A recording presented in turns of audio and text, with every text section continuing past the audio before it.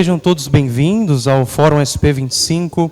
Nós vamos dar início a mais uma sessão deste fórum, tá? Eu me chamo Lúcio, sou doutorando em Cidades Inteligentes e Sustentáveis pela Universidade 9 de Julho, sou orientando aí do professor Daniel Montandon, e para mim é um prazer estar aqui com vocês, representando aí a instituição e também atuando aí na equipe de comissão executiva do fórum.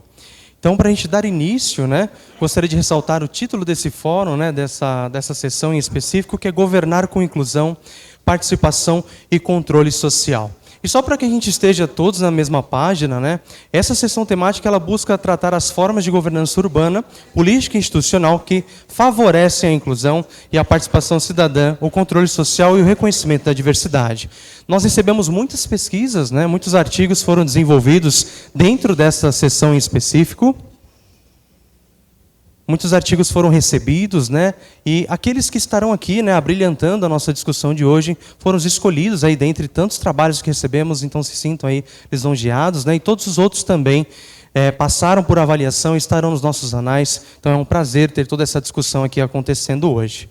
Essas pesquisas elas buscaram, né, analisar criticamente os arranjos participativos, conselhos, fóruns, conferências e as formas de invisibilização das vozes populares e as lutas de direito à cidade.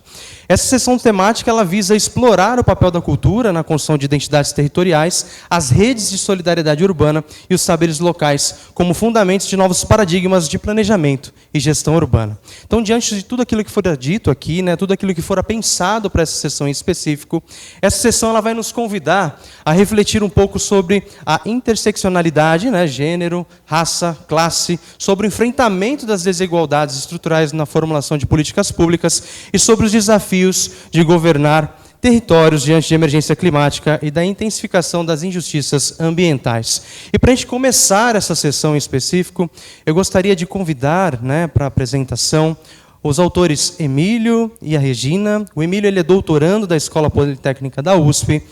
E a Karen Regina é professora associada e também da Escola Politécnica da USP, com o trabalho do Dado à Decisão, Design de Interação para Painéis de Dados Urbanos na Escala de Bairro.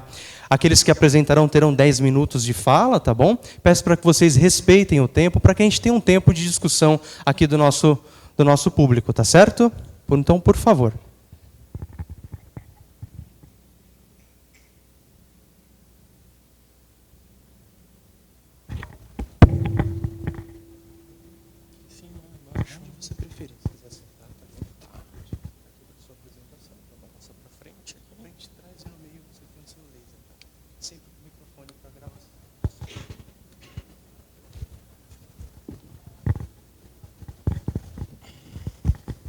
Bom, boa tarde a todos.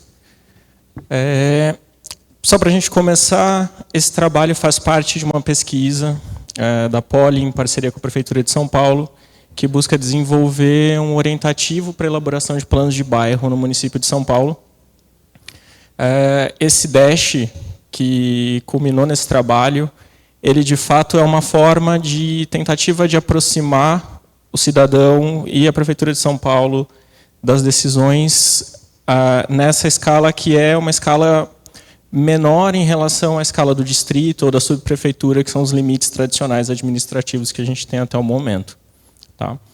Então, quando a gente pensa nesse caso em governança, a gente começa a ver um aumento da quantidade de elementos tecnológicos que as pessoas estão, de alguma forma, em contato. O celular ele faz parte o tempo todo. A gente vive de dados, a gente busca dados, e ele normalmente deveria ser usado para decisões de uma forma muito mais formal e muito mais assertiva. A questão é, os dados eles estão aí para qualquer pessoa acessá-los, mas como que eu consigo tirar informação a partir disso?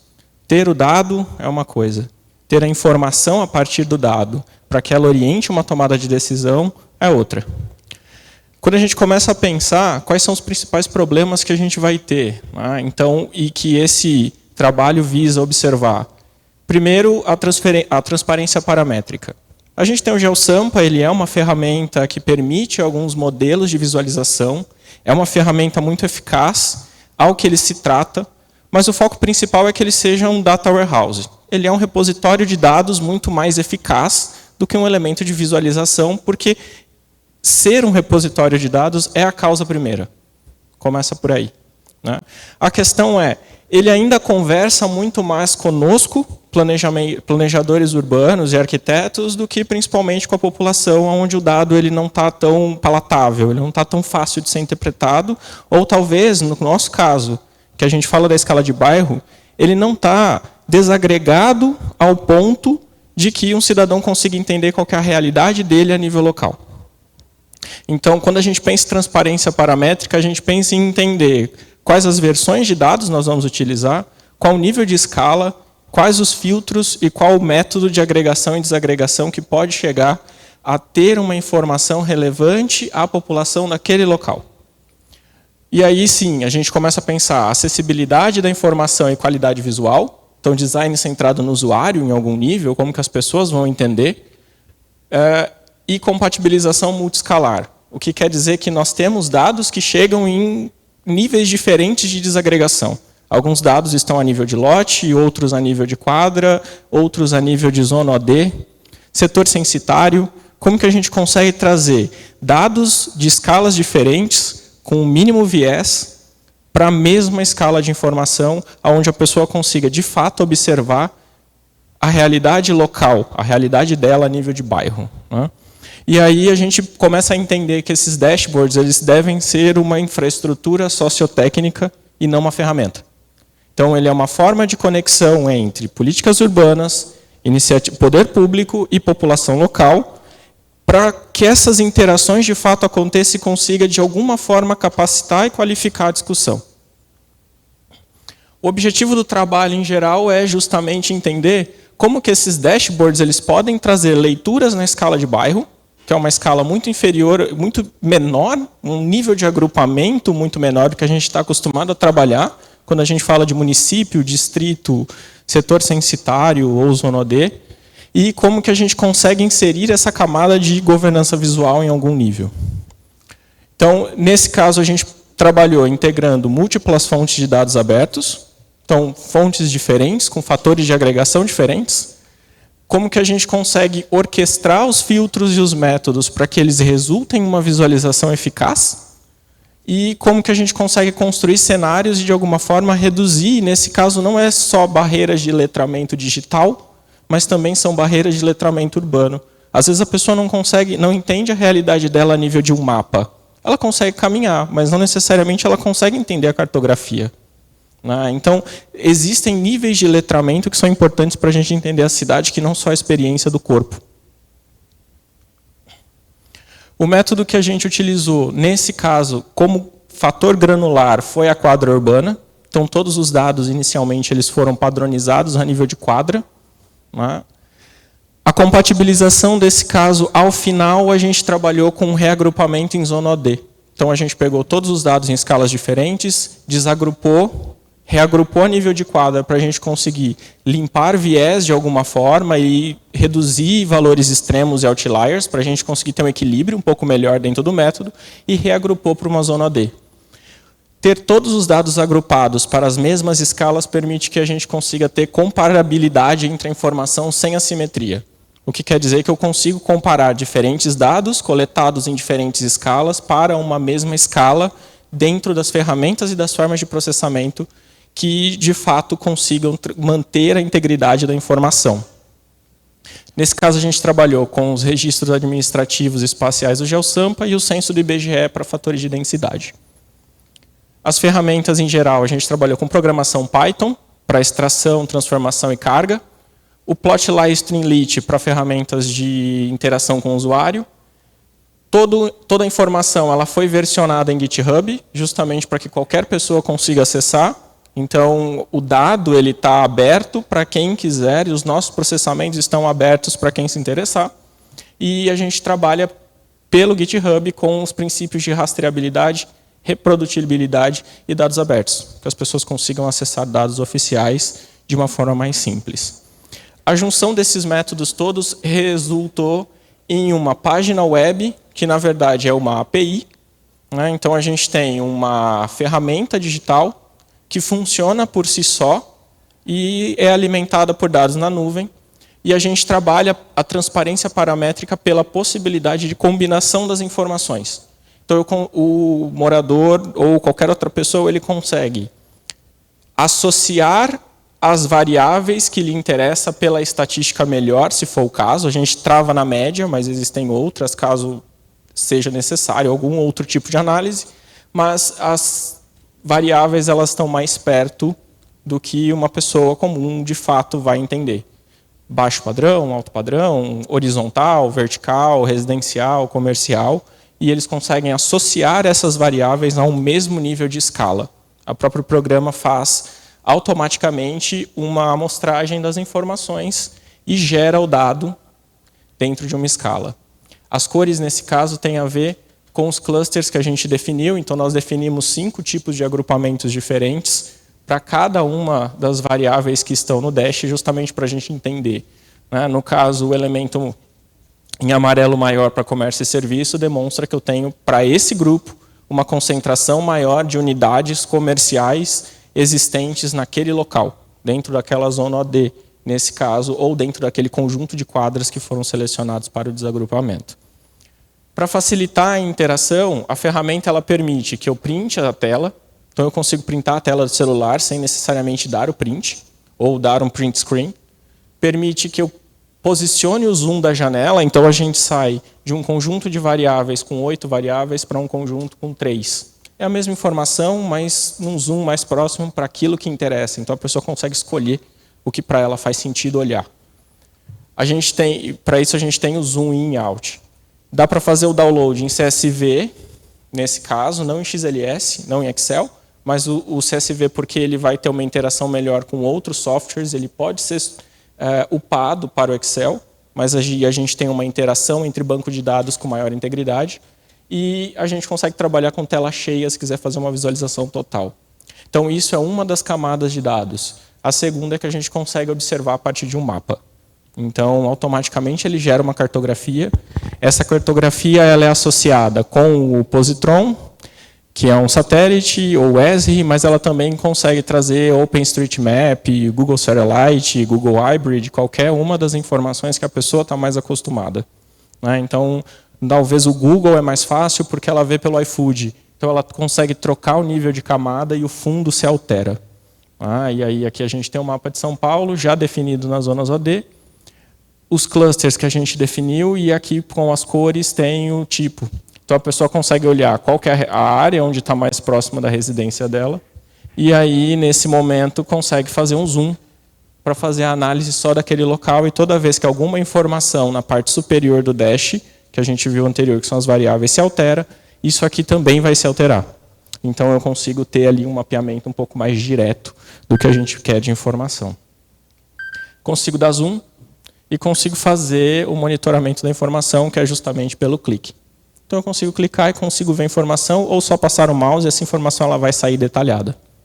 O que a gente vai ter dentro dessas considerações para finalizar? A ideia é que a gente consiga, de alguma forma, articular alguma transparência, uma precisão analítica no engajamento, que quer dizer que a gente vai ter uma opinião, a intenção é que a gente tenha uma orientação melhor da opinião popular. Então, as pessoas, de fato, vão entender o que está acontecendo para conseguir dizer o que se aproxima da realidade dela dentro daquele conjunto. Não é a panaceia, não vai resolver o problema, vai depender da qualidade do dado que nós temos, da mediação institucional e da forma como nós queremos apresentar. O dado sozinho, ele depende de interpretação, e a gente sabe que a interpretação depende de quem está olhando.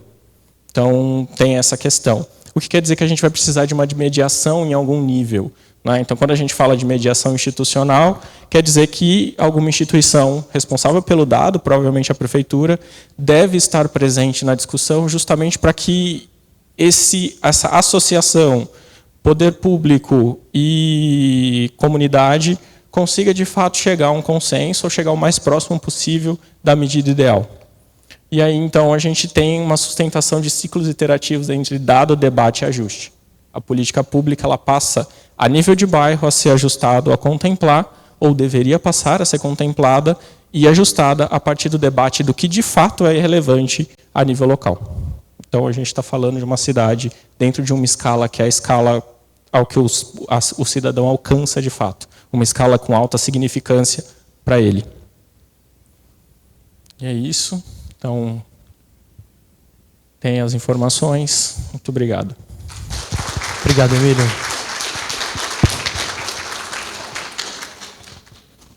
Emílio, eu só gostaria de ressaltar que o seu trabalho é interessante porque ele permite essa integração, né, da sociedade com a gestão. Então, ele é uma ferramenta que realmente aproxima, né, o cidadão do poder público. Então, parabéns aí pela escolha.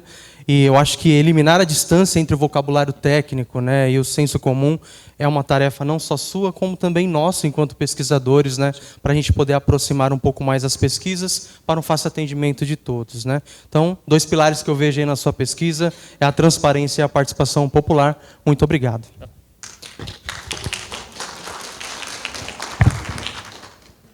Bom, para enriquecer a nossa tarde aqui, né, de debates, gostaria de chamar um segundo trabalho que tem como título Fábrica de Restauro, uma proposta de plano local. Os autores são Nádia Solmec, que é doutora da Universidade Presbiteriana do Mackenzie, e a Thaís Cardoso, que é mestre pela Universidade Presbiteriana do Mackenzie também.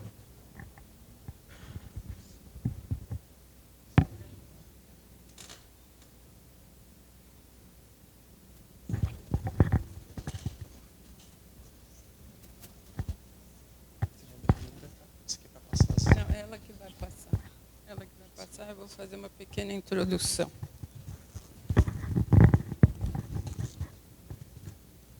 Então, a Thaís é uma doutoranda do programa de pós-graduação do Mackenzie. Ela vai fazer a apresentação, mas eu me permito, se vocês me permitirem, fazer uma apresentação rápida, de 5 minutos, e ela vai ter 5 minutos para fazer a apresentação total.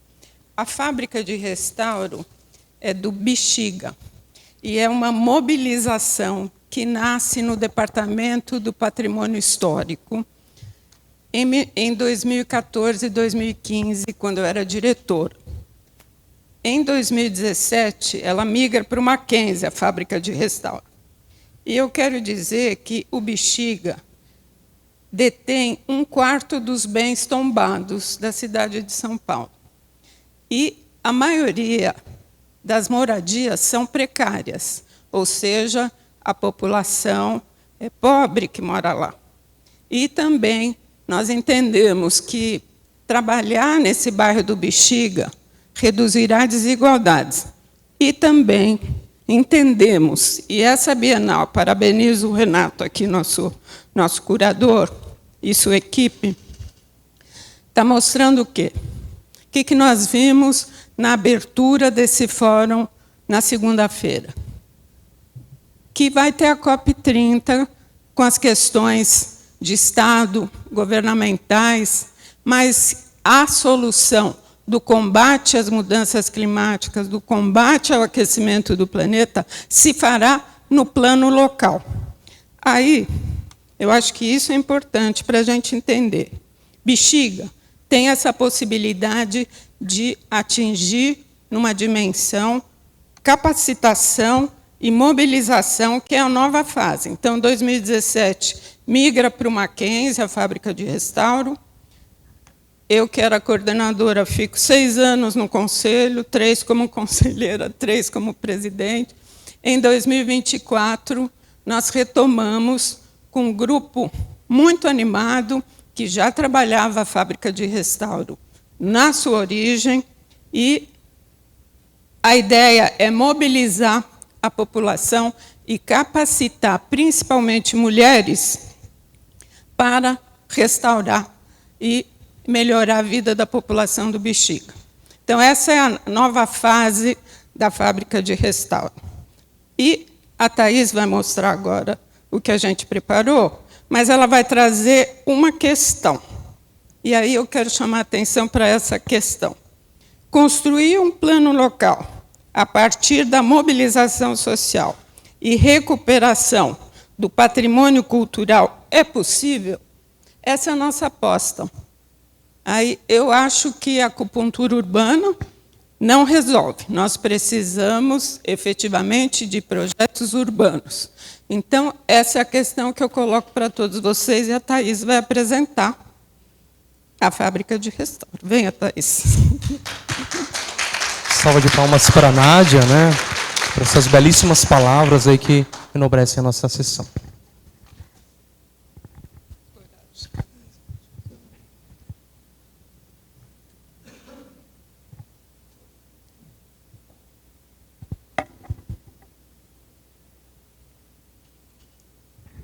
Boa tarde, meu nome é Thaís Cardoso. Vou apresentar, então, um trabalho intitulado Fábrica de Restauro, uma proposta de plano local. Para começar, o que é a Fábrica de Restauro?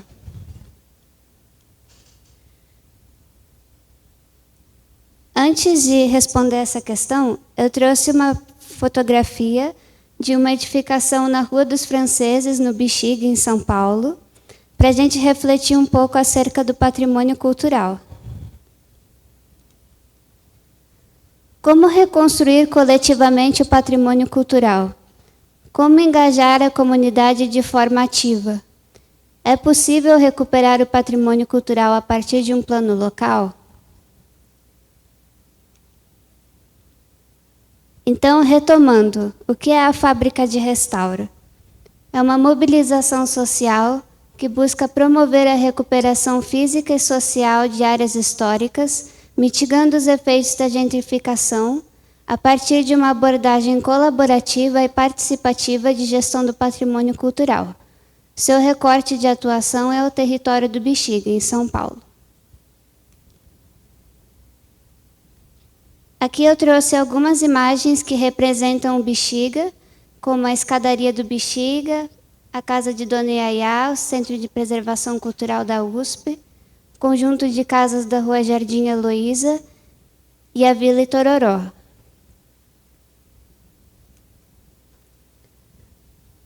O Bexiga é tombado pela Resolução de Tombamento número 22/2002, contempla 895 edificações protegidas, sendo uma das áreas de São Paulo com maior número de bem tombados.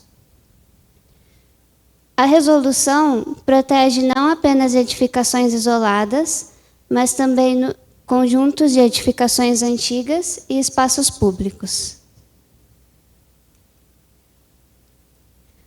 O Bexiga é reconhecido pelo seu rico patrimônio cultural, que engloba sua arquitetura, tecido urbano, tradições e manifestações culturais.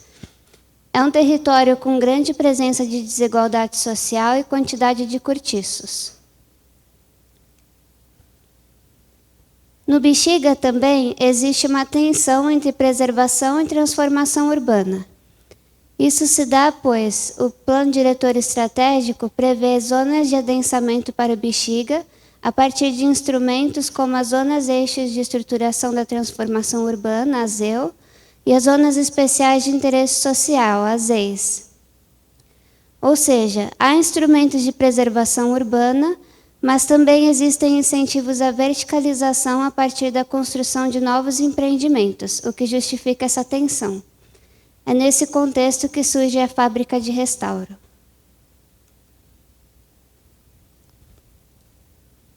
Então, assim como mencionado pela professora Nádia, a Fábrica de Restauro nasceu em 2015 no Departamento do Patrimônio Histórico, em resposta ao Plano Diretor Estratégico que previu zonas altas de densidade em um território com inúmeros bens tombados.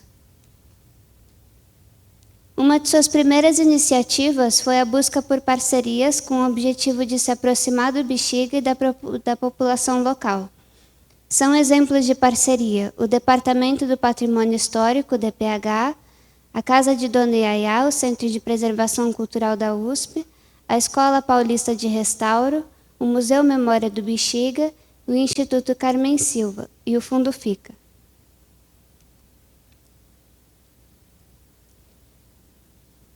As fases de atuação da Fábrica de Restauro se dão em duas principais fases.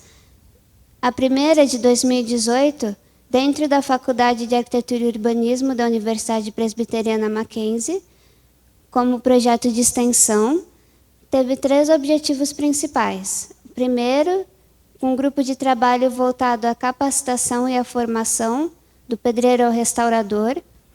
O segundo grupo de trabalho, voltado à forma de financiamento da Lei Rouanet, a transferência do direito de construir, isenção de taxas. E o terceiro grupo, voltado à participação e cooperativismo.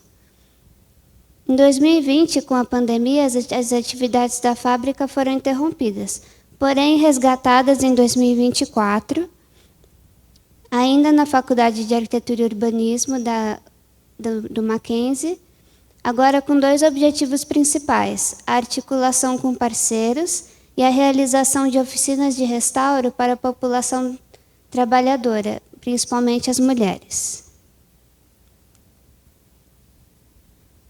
Como metodologia da fábrica de restauro, tem os seguintes instrumentos: engajamento direto com a comunidade local, mapeamento de atores e parceiros institucionais no Bexiga, como líderes comunitários, artesãos e associações, mapeamento de agentes locais, produção de cartografias colaborativas e oficinas participativas de restauro.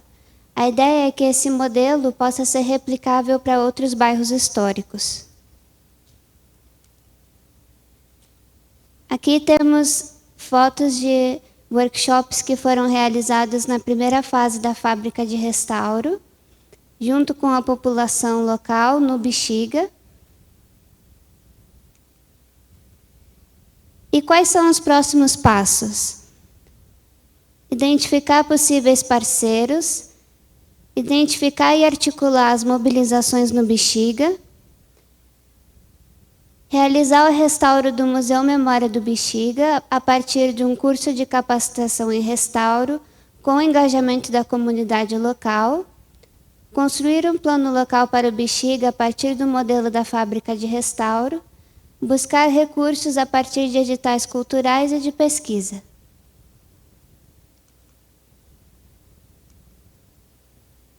Resumindo a proposta da fábrica, a aposta é que a sensibilização da sociedade para o patrimônio e participação no espaço público, mediada pela construção coletiva de projetos urbanos, possa trazer perspectiva da preservação de memória e ações de trabalho criativo.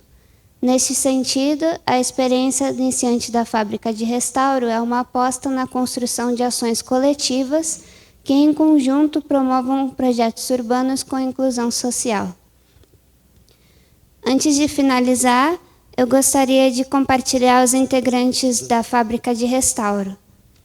Então, temos a professora Nádia Somec, professora Débora Sanches, professor Celso Sampaio, professor José Geraldo Simões Júnior, professor Antônio Fabiano Júnior, professora Elisete Rubano, professora Fernanda Militelli, a pós-doutoranda Norma Urban, eu, Ana Marta de Tolvo, Vitória Vicente, Rafael Antunes, Rafael Vieira, Isabela Gutierrez, Vitor Gabriel, Francisco Zorzetti, Fernanda Romão, Marcos Venâncio, Renato Simbalista, Sérgio Mileto, Vivian Barbur, Vanessa Correia, Gabriel Fernandes, Paulo Santiago, Valquíria Coca, Franciane de Alencar, Mariana Martim, Márcia de Fátima.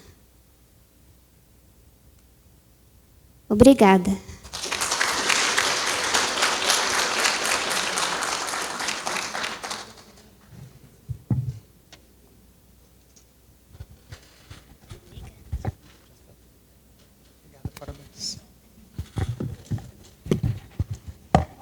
Parabéns, Thaís. Eu só gostaria de ressaltar que, ao ler o artigo de vocês, né, seu e da professora Nádia, eu achei muito interessante a comparação que fora feita entre o urbanismo cooperativo versus o urbanismo corporativo, né, e as suas diferenças e relevâncias. Acho que isso enalteceu bastante assim, a discussão.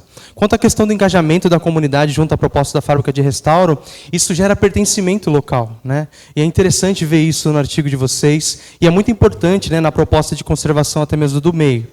Uma outra questão, o fato da descaracterização local, né? E a própria mudança da paisagem. Quando a gente discute sobre isso, a gente lembra da questão da psicologia ambiental. E quando a gente fala sobre essa questão, a gente fala sobre a apropriação do indivíduo com o meio, né? E vocês discutem muito bem isso. Então, parabéns por essa questão também, tá? Eu só gostaria de, por fim, dizer que unir a capacitação e a preservação como ferramenta de combate direto à gentrificação, de fato, é um grande passo à luta constante pelo direito à cidade e gera essa pertença que vocês tanto falaram ao longo de toda a discussão. Então, parabéns, tá bom? Para a gente poder dar continuidade, eu gostaria de citar o título do próximo trabalho, que é o Envelhecer é Urbano, que temos como autores a Beatriz Leite dos Santos, que é doutoranda em Cidades Inteligentes e Sustentáveis da Universidade 9 de Julho, juntamente com o professor doutor Wilson Levi Braga da Silva, que é pós-doutor em Urbanismo da Universidade 9 de Julho, Uninove.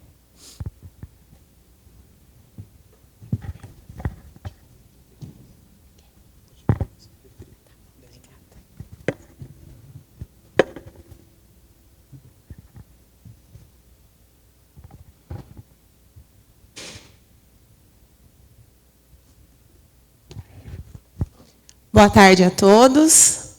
É uma honra estar aqui hoje no fórum. Agradecer ao Lúcio por todo o cuidado conosco aqui hoje e toda a equipe do fórum também. Agradecer aos meus amigos da Uninove que estão aqui. Parabéns por estarem aqui nos acompanhando, né, Lúcio? Porque é muito difícil essa caminhada. Então, juntamente com o professor Wilson Levi, nós escrevemos O Envelhecer é Urbano. É um título um pouco provocativo, é um pouco tenro, mas nós vamos envelhecer, e ainda bem que vamos envelhecer. O censo de 2022 revelou que quase 15% da população já tem 60 anos ou mais. Então, é um crescimento de quase 60% em apenas 12 anos. E a gente sabe que isso daqui tem muitos e muitos números, muitas e muitas camadas aqui dentro. Então, quer dizer, deixou de ser uma tendência futura, começa a ser uma realidade concreta e exige a reconfiguração dos nossos espaços urbanos.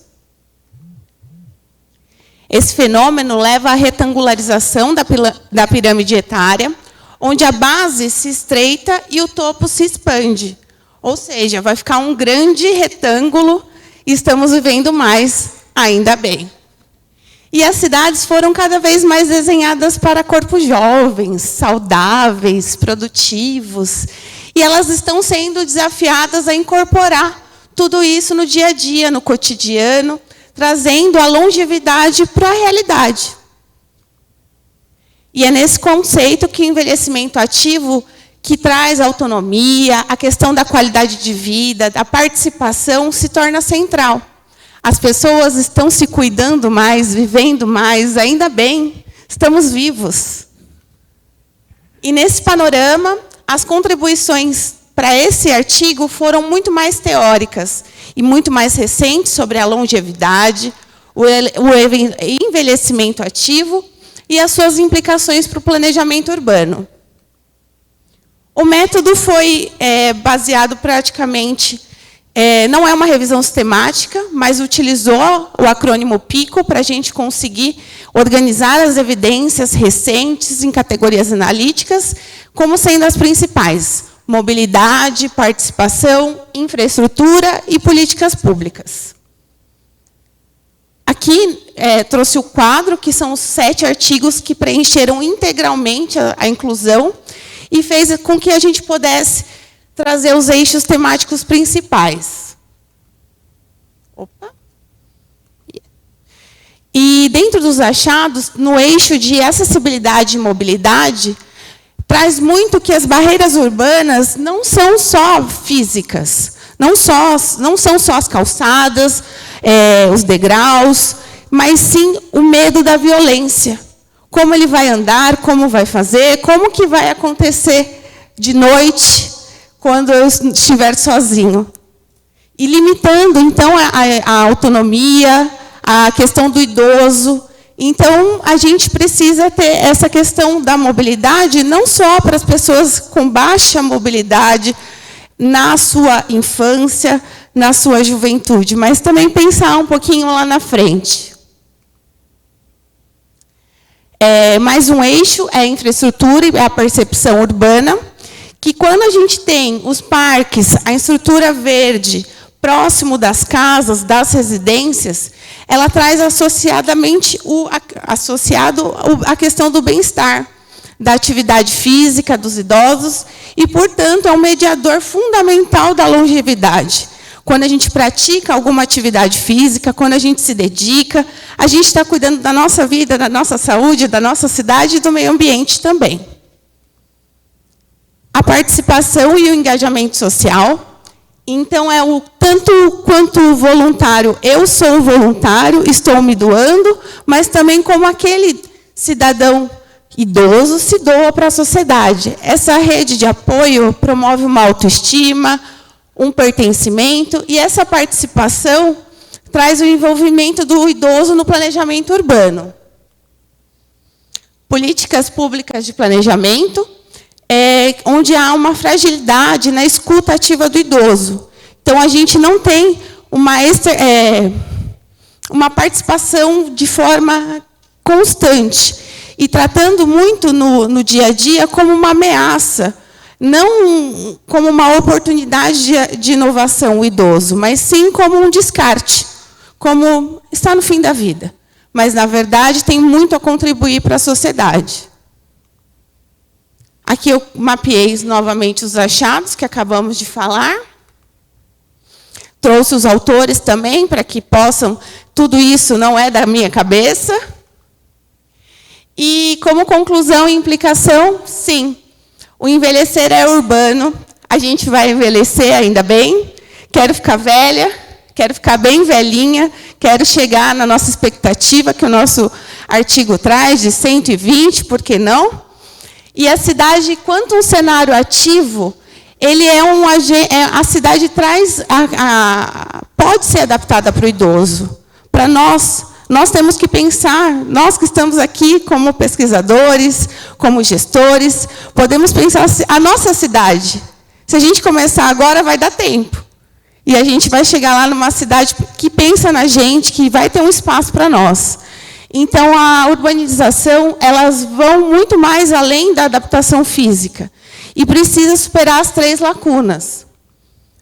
Que é a ausência da escuta ativa. Então, eu quero ter essa voz com 102 anos, com 115, junto com os meus amigos aqui, nesse processo de tomada de decisão, de debate, e ter a participação no direito à cidade. Outro fato que acontece é a falta de articulação intersetorial pela continuidade de boas práticas. Coisas boas a gente deve copiar, continuar e manter. Como aqui hoje o fórum, em outros lugares, que copiem, que repitam, que façam. Vamos debater, vamos trazer coisas boas. E, principalmente, a questão do voluntariado, porque eu sei que aqui muitos se doam por aí e o quão é importante para isso. E, principalmente, tirar esse paradigma que envelhecer é um problema. E, na verdade, é uma transformação e uma inovação urbana de solidariedade geracional. Porque eu tenho certeza que essa divisão de saberes, de conhecimento, traz muito para a nossa vida. Então, não adianta dizer assim, não sabe usar nem o chat. Mas, na verdade, aquela pessoa sabe dizer muito mais do que um chat e trazer vários e muitos conhecimentos para a gente. E, para o futuro, a gente quer fortalecer os estudos empíricos, participativos, trazer mais o diálogo para o urbanismo, para as políticas públicas e para os idosos, incorporando os valores de escuta, vínculo e reconhecimento. E a cidade que envelhece é a cidade que permanece. Então, eu quero estar aqui, eu quero permanecer, a gente quer viver e a gente precisa cuidar para a gente chegar até lá. Muito obrigada.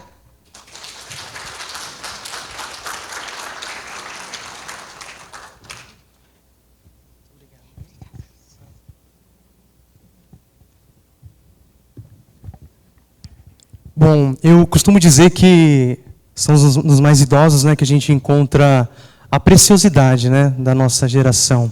É ali que mora o conhecimento, né? E quando a Beatriz ela fala sobre isso com tanta alegria, né, gera também entusiasmo em nós. Então, o envelhecer de fato, né, da população, ele nos impulsiona a olhar a cidade com outros olhos, né? E acho que hoje à tarde a gente sai daqui com essa vontade, né, de fazer diferente.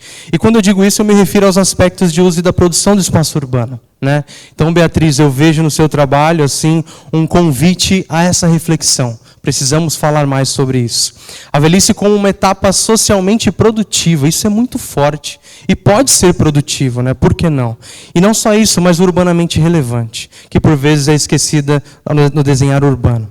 Ao ler o seu artigo, eu percebi que você ressalta o seguinte trecho: sociedade sem idade, onde a participação seja um direito de todos na busca por seus desejos e pertença ao meio. Achei muito interessante essa citação.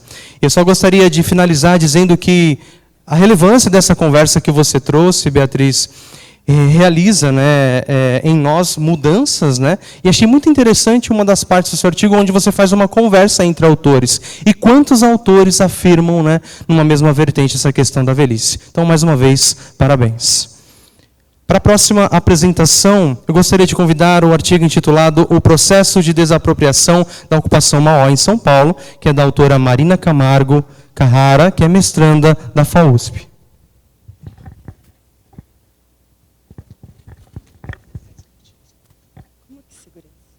Aqui é o laser, esquerda e direita.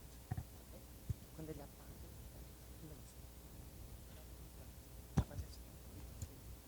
ele volta.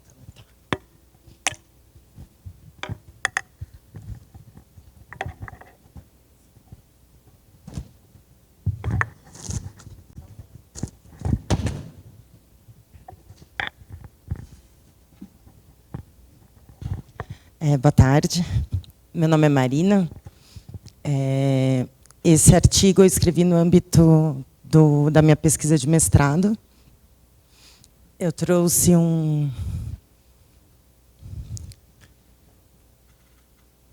uma contextualização. Na minha pesquisa de mestrado, eu discuto como estão sendo determinados os valores de imóveis abandonados há décadas no centro de São Paulo, no âmbito das desapropriações, voltado para a política habitacional. Só para contextualizar um pouco, acho que a sessão anterior, né, de debates e de apresentações aprofundaram bastante, então vou fazer bem rapidinho essa contextualização. No censo de 2022, a gente tem que imóveis desocupados representam 12 vezes a população de rua da cidade. Ou seja, produzir mais não é o problema, né? O acesso já não é mais o problema, como a gente viu na sessão anterior. A questão é a permanência. E onde? Né? O perfil de imóveis ociosos no centro de São Paulo, aqui, mostra uma manutenção da herança mercantil brasileira, isso é um trabalho da Caixe, que fala de todos esses imóveis, faz um levantamento desses imóveis abandonados e da época que eles vêm. Aqui o aumento da nossa população em situação de rua, principalmente durante a pandemia, que cresceu muito vertiginosamente. Então, a gente anda pelo centro e vê tantas pessoas morando na rua e um prédio fechado em cima, né? Acho que quem conhece o centro conhece essa realidade e como está tentando se mudar isso de maneiras bem contraditórias. Aqui eu trago os movimentos de moradia, que em 2013, principalmente, ocuparam muitos e ganharam muita força, que é onde se situa a ocupação Mauá, que é o que eu trago no artigo de agora, é nesse contexto. E a questão do valor da desapropriação, né? Porque um dos empecilhos, muitas vezes, em fazer política habitacional, que dizem para a gente é caro. O preço da terra é muito caro, não cabe no valor da habitação social. E aí eu tentei, a partir do meu conhecimento como especialista em avaliação de imóveis, olhar para essas apropriações e entender, é caro? Quanto que custa? Como que está sendo avaliado? Que valores são esses? Né? Aqui esse daqui é o caso do Hotel Aquários, que ele foi estimado em 40 milhões. É um hotel que nunca chegou a funcionar, não está com acabamento interno. Assim, ele simplesmente não, ele está pela metade há décadas e foi inviabilizado justamente pelo valor altíssimo, totalmente fora da perspectiva do próprio poder público de quanto ia pagar por eles, né? E então a ideia também é a gente caminhar para entender a possibilidade de uma metodologia de avaliação própria para essa tipologia e esse contexto urbano, em que a gente tem uma área muito infraestruturada, né, em todos os serviços, mobilidade e tudo mais, e, ao mesmo tempo, teoricamente desvalorizada, mas, quando é para fazer habitação social, é caro e esse contexto bastante contraditório. Então, é nesse âmbito que se situa a minha pesquisa, e a ocupação Mauá é um dos estudos, um dos casos que eu estudo, né? Eu fiz um resgate histórico na pesquisa, principalmente a partir do estudo iconográfico da Silva. Ao final eu mostro certinho o trabalho dela, em que ela faz um resgate do material de aprovação sobre esse edifício na Prefeitura de São Paulo, né? Esses prédios antigos e em área central costuma ter uma documentação mais um controle maior, né? Justamente pela área em que está. Então, ele foi inaugurado em 53. Lá a gente conseguiu pegar as plantas do prédio, né, do hotel. Ele era um hotel modesto, com quartos... não tinha vaga de garagem, são banheiros compartilhados. Então, ele é inaugurado em 53 para o quarto centenário da cidade de São Paulo. Em 1986, há registros de que ele foi fechado, ele perdeu o alvará de funcionamento, justamente porque ele tinha problemas de adequação ao bombeiro, às normas técnicas de bombeiro. Já tem registro de infiltração na casa de máquinas do prédio. A elétrica em geral, ele fala, né, a gente vai ver mais para frente, mas a elétrica em geral, os elevadores já não estavam funcionando, esquadrias, problemas em esquadrias e em todo o sistema de combate ao incêndio, né, além da escada corta-fogo. E aí o hotel é fechado, então aqui eu marco como o início do abandono do edifício. Ele é fechado como hotel. Em 2007, 3 movimentos de moradia ocupam o edifício e permanecem lá até hoje. E a partir também, né, de vários estudos, principalmente de estudos acadêmicos, né, que se aproximaram muito dessa ocupação em específico, a gente tem o registro das benfeitorias que eles fizeram dentro do prédio, né? Então, pintura interna e da fachada, telhas de cobertura, instalações sanitárias, reparos elétricos e hidráulicos. Isso em 2007. Em 2014, começa o processo de desapropriação para fins habitacionais, que é o que a gente vai olhar agora, como ele foi avaliado, quanto custou e como foi, quais são os limites também da avaliação de imóveis no âmbito do conhecimento, da área do conhecimento mesmo, né? Acho que é importante falar rapidinho, eu vou tentar ser rápida, já passou muito tempo. 3? Eu tenho 3 ou passou 3? 3. Tá. Um método... Enfim, a avaliação de imóveis, ela tenta fazer o quê? Ela tenta pegar imóveis parecidos e comparar com o imóvel que ela quer precificar. Só que nenhum imóvel é igual. Nem na sua construção, muito menos na sua localização. Se ele está na mesma rua, numa média quadra, ele não vale a mesma coisa se ele está na quadra seguinte, que está próximo de uma avenida. Todo mundo entende isso razoavelmente, acho, pela nossa vida, né, cotidiana. Então, para aproximar esses imóveis do imóvel que você está querendo avaliar, você vai aplicando fatores que aumenta ou diminui esse imóvel para tentar adequar e tornar eles comparáveis. Basicamente é isso. E esses fatores, eles tentam ser estabelecidos de maneira muito técnica, mas, no fim, cabe ao avaliador compreender o seu contexto e compreender o quanto esses fatores influenciam ou não, e acaba ficando no arbítrio do avaliador. No caso, ele foi avaliado da seguinte maneira: ele separou o terreno da construção. Então, para a construção, o que a gente olha, né? Primeiro, o padrão construtivo. E aí, para essa tipologia de imóvel, a gente tem um grande problema, porque a tipologia que nós temos hoje de referência de valor, de construção e de venda, não tem a capacidade de se ancorar no nosso programa arquitetônico inicial do hotel, concorda?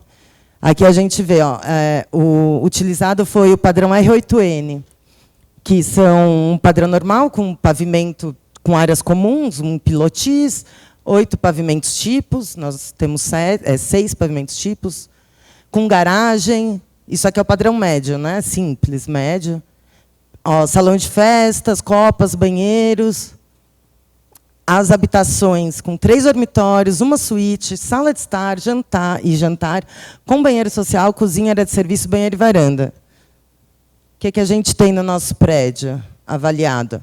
Nós temos os apartamentos, né, que eram os quartos, as habitações, as hospedagens, e esse em vermelho são os 3 banheiros compartilhados. Então, aí a gente já tem uma dificuldade em como comparar algo antigo, ou também de um outro, né, ele hoje seria mais uma pensão, né, um pensionato, e não um prédio de apartamentos. Então, aí a gente já tem uma dificuldade que a gente tem que começar a olhar para enfrentar essa tipologia. Aí, outra questão é a obsolescência, né, que a gente trabalha nas avaliações. Então, o quão ele está obsoleto, né, ao atual. Nesse sentido, aqui, desse lado direito, eu trouxe o parecer que mostrou que ele precisava de reformas e que fechou o edifício na década de 80. E aqui, como ele é caracterizado e entendido para a avaliação da indenização no laudo pericial.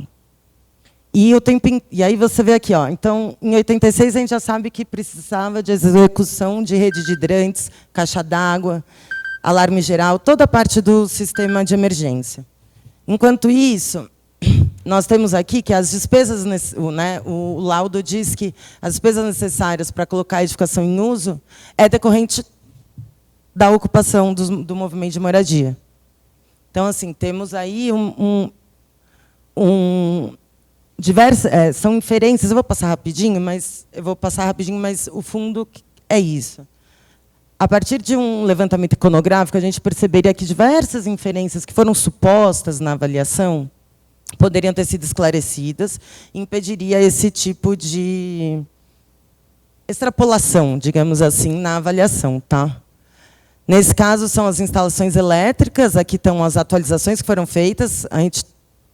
Nosso edifício está desde a década de 80, que ele já não estava adequado, ainda tivemos mais 3, até 2014, na época da desapropriação.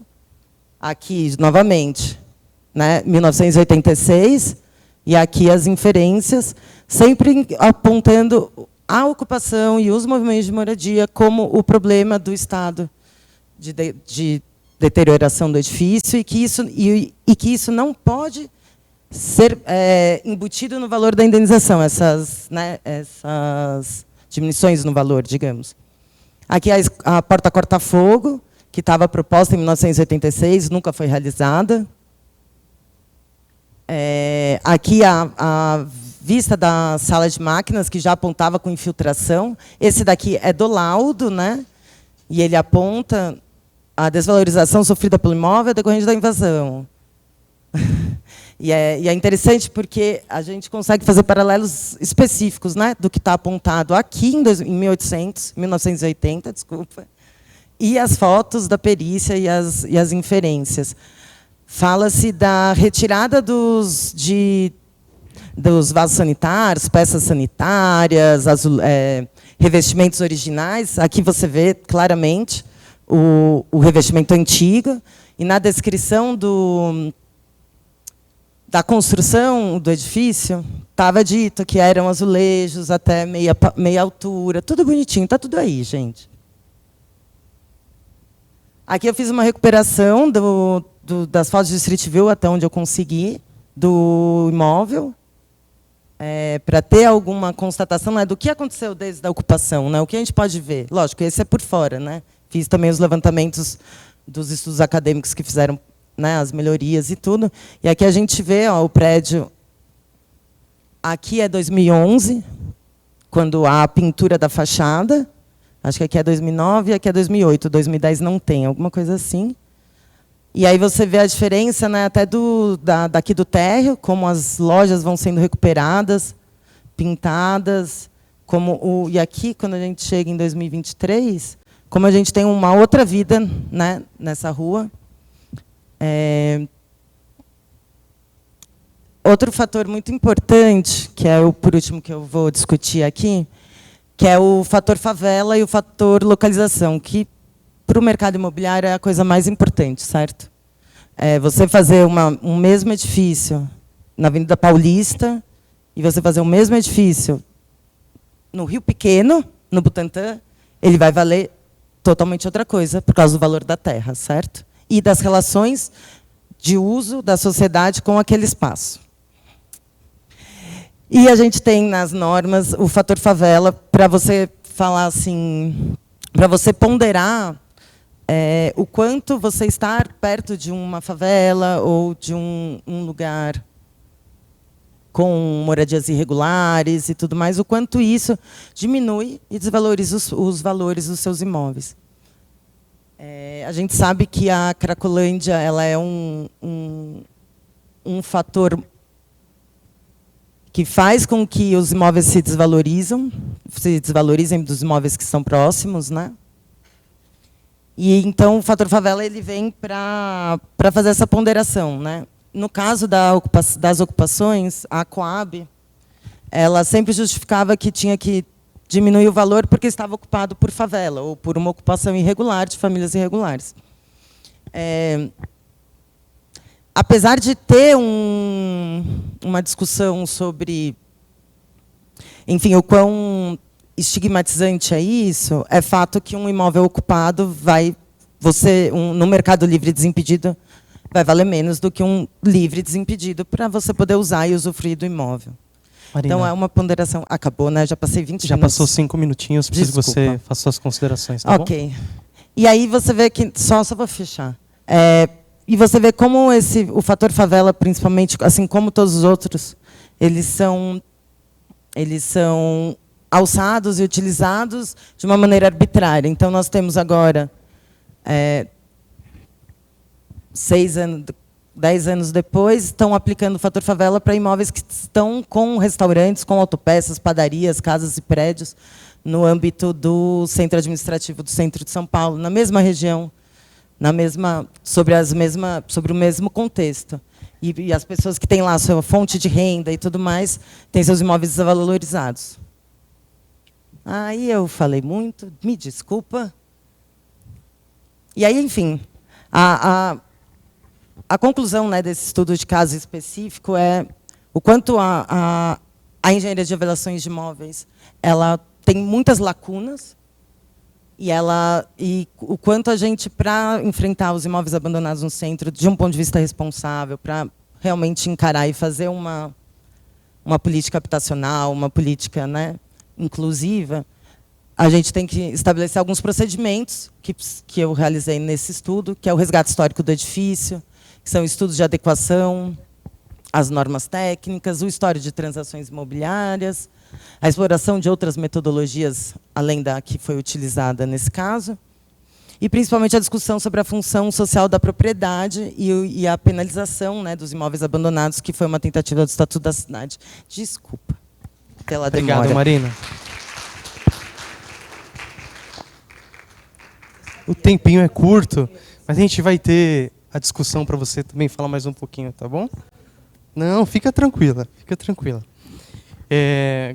Marina, só queria comentar que quando você fala sobre essa questão, né, do déficit habitacional lá no início, né, me faz lembrar um pouco das cidades ocas, né, que a gente tanto fala, né, e você faz uma comparação com as habitações ociosas, né, e é muito interessante a gente ver os números, né, poxa, a gente poderia resolver, mas infelizmente por questões burocráticas, né, é um tanto quanto difícil.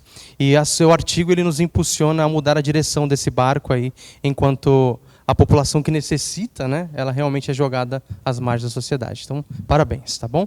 Então, para dar continuidade, eu gostaria de chamar o trabalho Planos de Bairro em São Paulo, subsídios e ferramentas para uma agenda ambiental local. Os autores são Miguel Martins Fiorelli, que é mestrando em Arquitetura e Urbanismo pela FAUSP, e o Daniel Luft, que é graduando em Arquitetura e Urbanismo pela FAUSP. Por favor.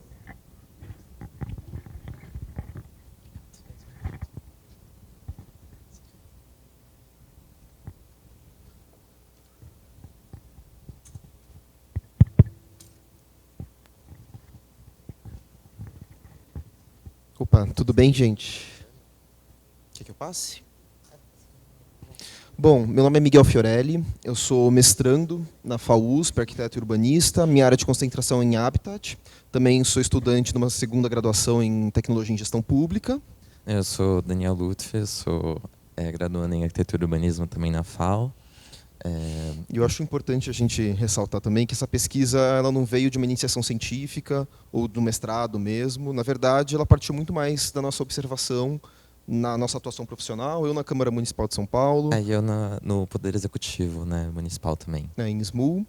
E também no nosso contato, né, acompanhando a trajetória de associações de moradores e levantando vários questionamentos em relação não só às formas de organização dessas associações e desses coletivos, mas sobre o próprio instrumento plano de bairro e com algumas perguntas sobre qual, na verdade, é o real impacto desse instrumento no sistema de planejamento de São Paulo, quais são as expectativas da população com esse instrumento e também quantos foram feitos até agora, de que maneira isso teve um impacto ou não no município de São Paulo e de que forma a ambientalização, a pauta ambiental ela é um estruturante na elaboração desses planos.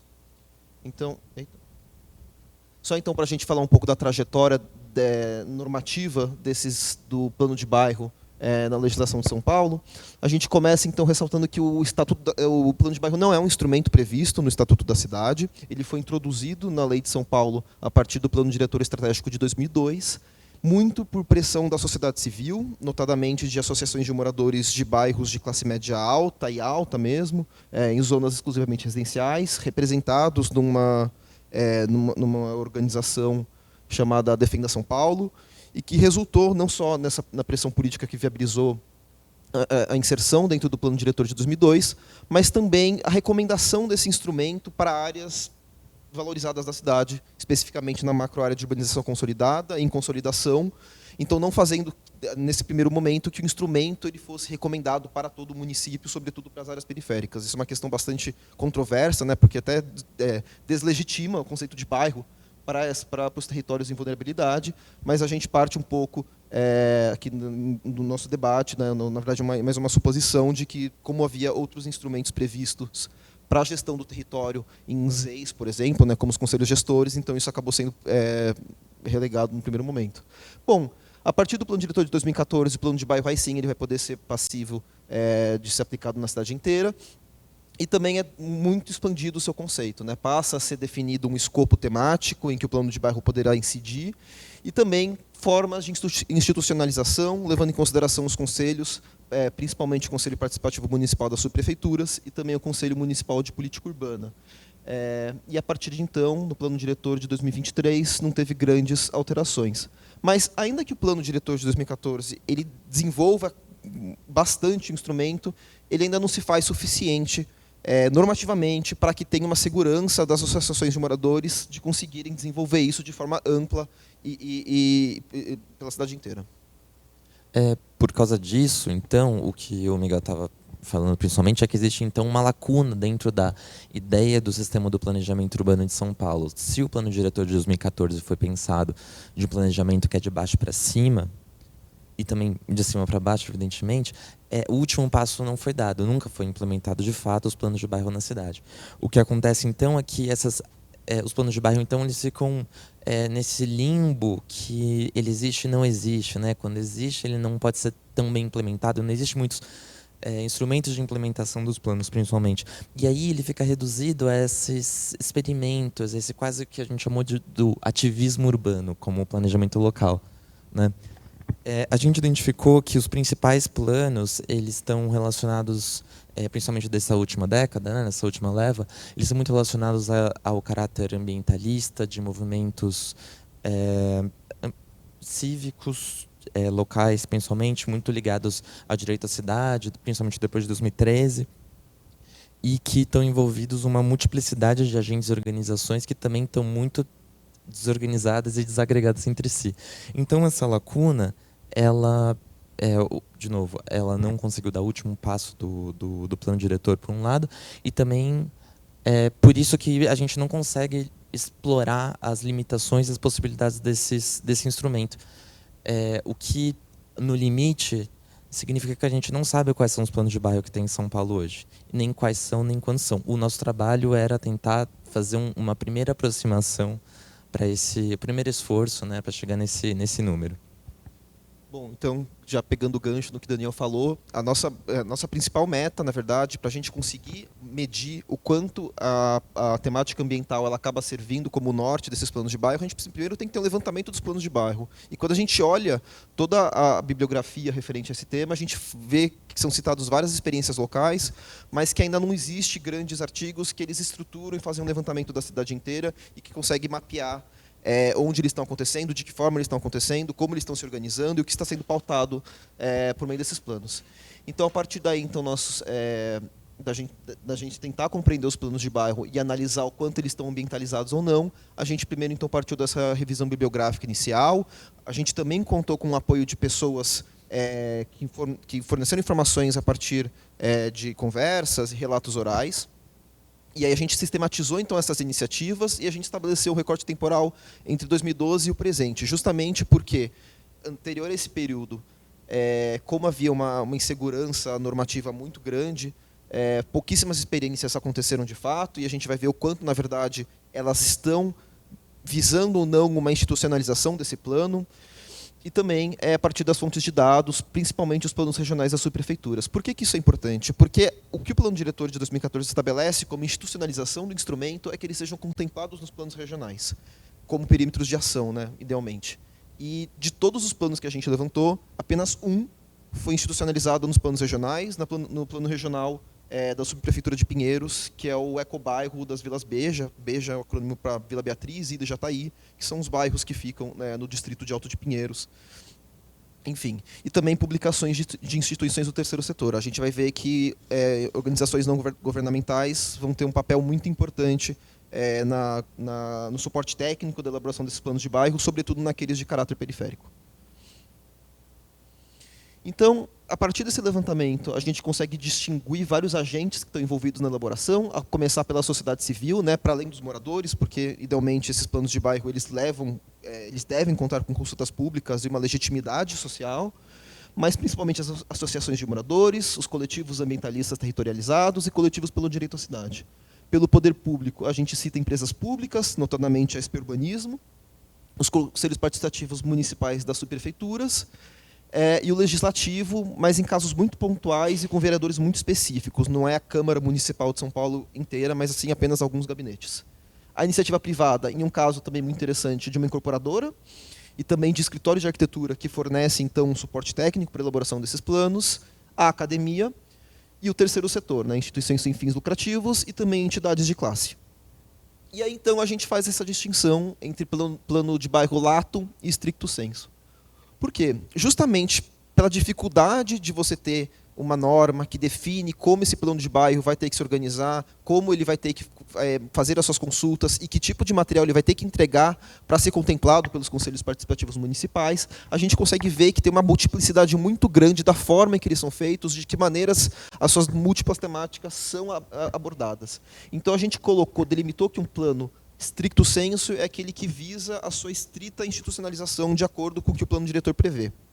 Citando, então, esse caso do ecobairro das Vilas Beja, porque talvez, dentro desse critério que a gente delimitou, é o que mais atingiu essa institucionalização. Mas ainda existem vários outros planos de bairro que estão em elaboração atualmente, que também estão procurando esse tipo de regulamentação. E também o lato sensu, que eles não necessariamente estão focados em delimitar um perímetro muito específico e você ter justamente uma abordagem temática que contemple todos os problemas do território, mas eles preferem privilegiar questões específicas, como, por exemplo, a arborização urbana e ampliação das áreas verdes ou o desenvolvimento econômico local. A gente vai conseguir exemplificar isso e deixar bem claro a partir da nossa tabelinha que a gente estruturou. Esse é um levantamento, assim, ele está todo também reproduzido no artigo, né? Em verde estão os planos em que as pautas ambientais foram principais motivadoras para a elaboração do plano de bairro, são os planos lato e estrito sensu, né? O de 2016, o número 5, é o das Elas Beija, que foi o único que estão no plano das subprefeituras, o restante, nenhum deles está. Um destaque muito interessante saiu do Jardim La Pena, o 7, 8 e o 9, pode passar, que é o Jardim Pantanal. Opa, eu vou ser um pouco breve, que eles são em outros territórios, que a gente vai chegar agora com calma. Enfim, pode passar. A gente agregou eles também mostrando que, dentre todos, quanto mais a pauta ambiental é mais relevante, mais institucionalizado ele está. E, na maioria deles, em geral, as pautas ambientais são as mais importantes. Territorialmente, a gente vê um pouco, por um lado, uma reminiscência da ideia do plano de bairro de 2002, que está muito ligado às áreas ricas da cidade. Esse é um recorte, né? Não mostra metade da zona sul, a maior parte da zona sul. E já cabe todos os planos de bairro de São Paulo, né? Por um lado, e por outro, ele tem algumas experiências, o 7, 8, 9, que é o Jardim La Pena, Piratininga e Pantanal, que mostram, e também o 2, que é o de Perus, e o 13, que é o Sítio Botuquara, que mostram que também ele pode ser uma oportunidade de algumas comunidades mais periféricas, em situação de vulnerabilidade ambiental e também em locais também periurbanos de algum ativismo. Pode passar. E também... Deixa eu ver se... E também, enfim, ele tem, cada um deles tem as suas problemáticas diferentes, mas acho que essa que é um pouco da graça da variabilidade, da flexibilidade, né, do plano de bairro. Mas enfim, só para concluir, a gente entendeu que existe uma grande subutilização desse instrumento do plano de bairro, por enquanto, em São Paulo. Ele é muito, muito variado. Quanto mais na região central da cidade eles têm certos problemas, quanto mais fora do centro da cidade ele tem outros tipos de problemas, mas em geral eles estão localizados ou realmente no quadrante sudoeste, ou como a gente viu nas bordas do Rio Tietê, ou perto da Serra da Cantareira. Mas assim, em todos, existe algumas potências de questionamentos do planejamento urbano meio ortodoxo, do instrumento do planejamento urbano ortodoxo, né? Ele também, as pautas ambientais, elas são muito presentes na maioria dos planos, na enorme maioria dos planos. Elas servem também para reivindicar para melhores condições urbanísticas e ambientais. E elas articulam outras demandas. Quando a gente procurou os demais planos de bairros, né, lendo cada um, a gente viu que elas são o início de uma série de discussão. E a gente vê que essa, como uma possibilidade para o futuro, é muito interessante, né? A gente acha que as pautas ambientais elas podem criar um consenso e elas podem articular outras questões. Então, discutir uma pauta ambiental é um começo da gente discutir sobre a zeladoria urbana, que também é um jeito da gente discutir mobilidade, que também é um jeito da gente discutir habitação. Mas isso sozinho não funciona. A gente precisa aprimorar um instrumento, a gente precisa criar regulação específica, a gente precisa que o Poder Executivo, principalmente, financie e fortaleça com apoio técnico todas essas iniciativas urbanas. E mais que isso, a gente precisa assimilar essas experiências críticas ao planejamento mais ortodoxo, porque a gente usa muito esse termo, como nesses processos participativos e também dentro da própria normativa urbanística de São Paulo.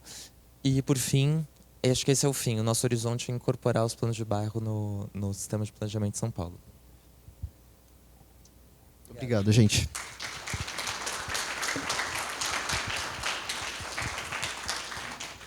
Parabéns aí ao Miguel e ao Daniel também, né? E eu só gostaria de ressaltar que quando a gente fala, né, dos planos de bairro da cidade de São Paulo, né, o artigo de vocês mostra muito claro essa questão da subutilização, né?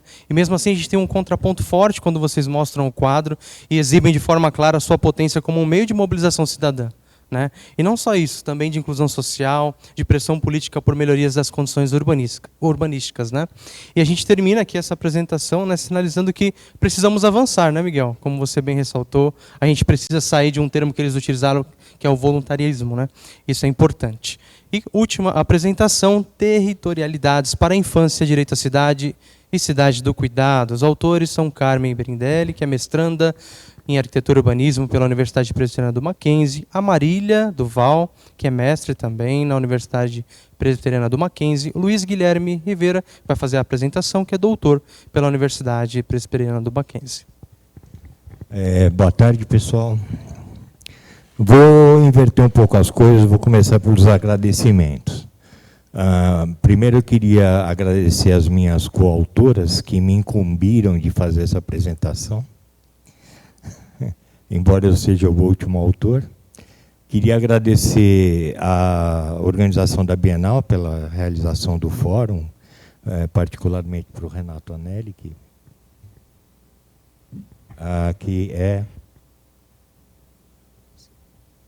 Está dando para ouvir? Que é meu colega também, do Mackenzie.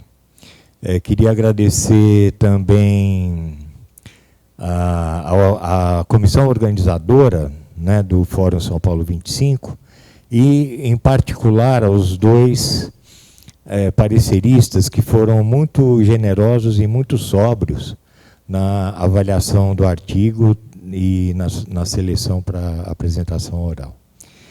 Então, e mais um agradecimento vai para o Fundo Mackenzie de Pesquisa, que financia a pesquisa que a gente está desenvolvendo, que é uma pesquisa maior, da qual essa pesquisa particular sobre territorialidades da infância faz parte.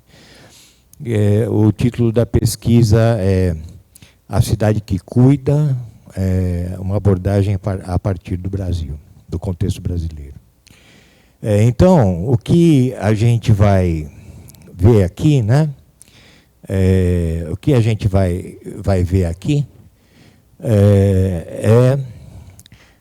alguma coisa sobre as territorialidades da infância, a necessidade de serem tratadas as territorialidades infantis, as territorialidades para a infância, ligado com dois conceitos, que são o conceito de direito à cidade, que vocês devem conhecer muito bem, e um conceito um pouco menos conhecido, que é o conceito da cidade do cuidado, que vem sendo desenvolvendo há cerca de 20 anos, né? Mas que aqui entre nós ainda não é muito conhecido, né?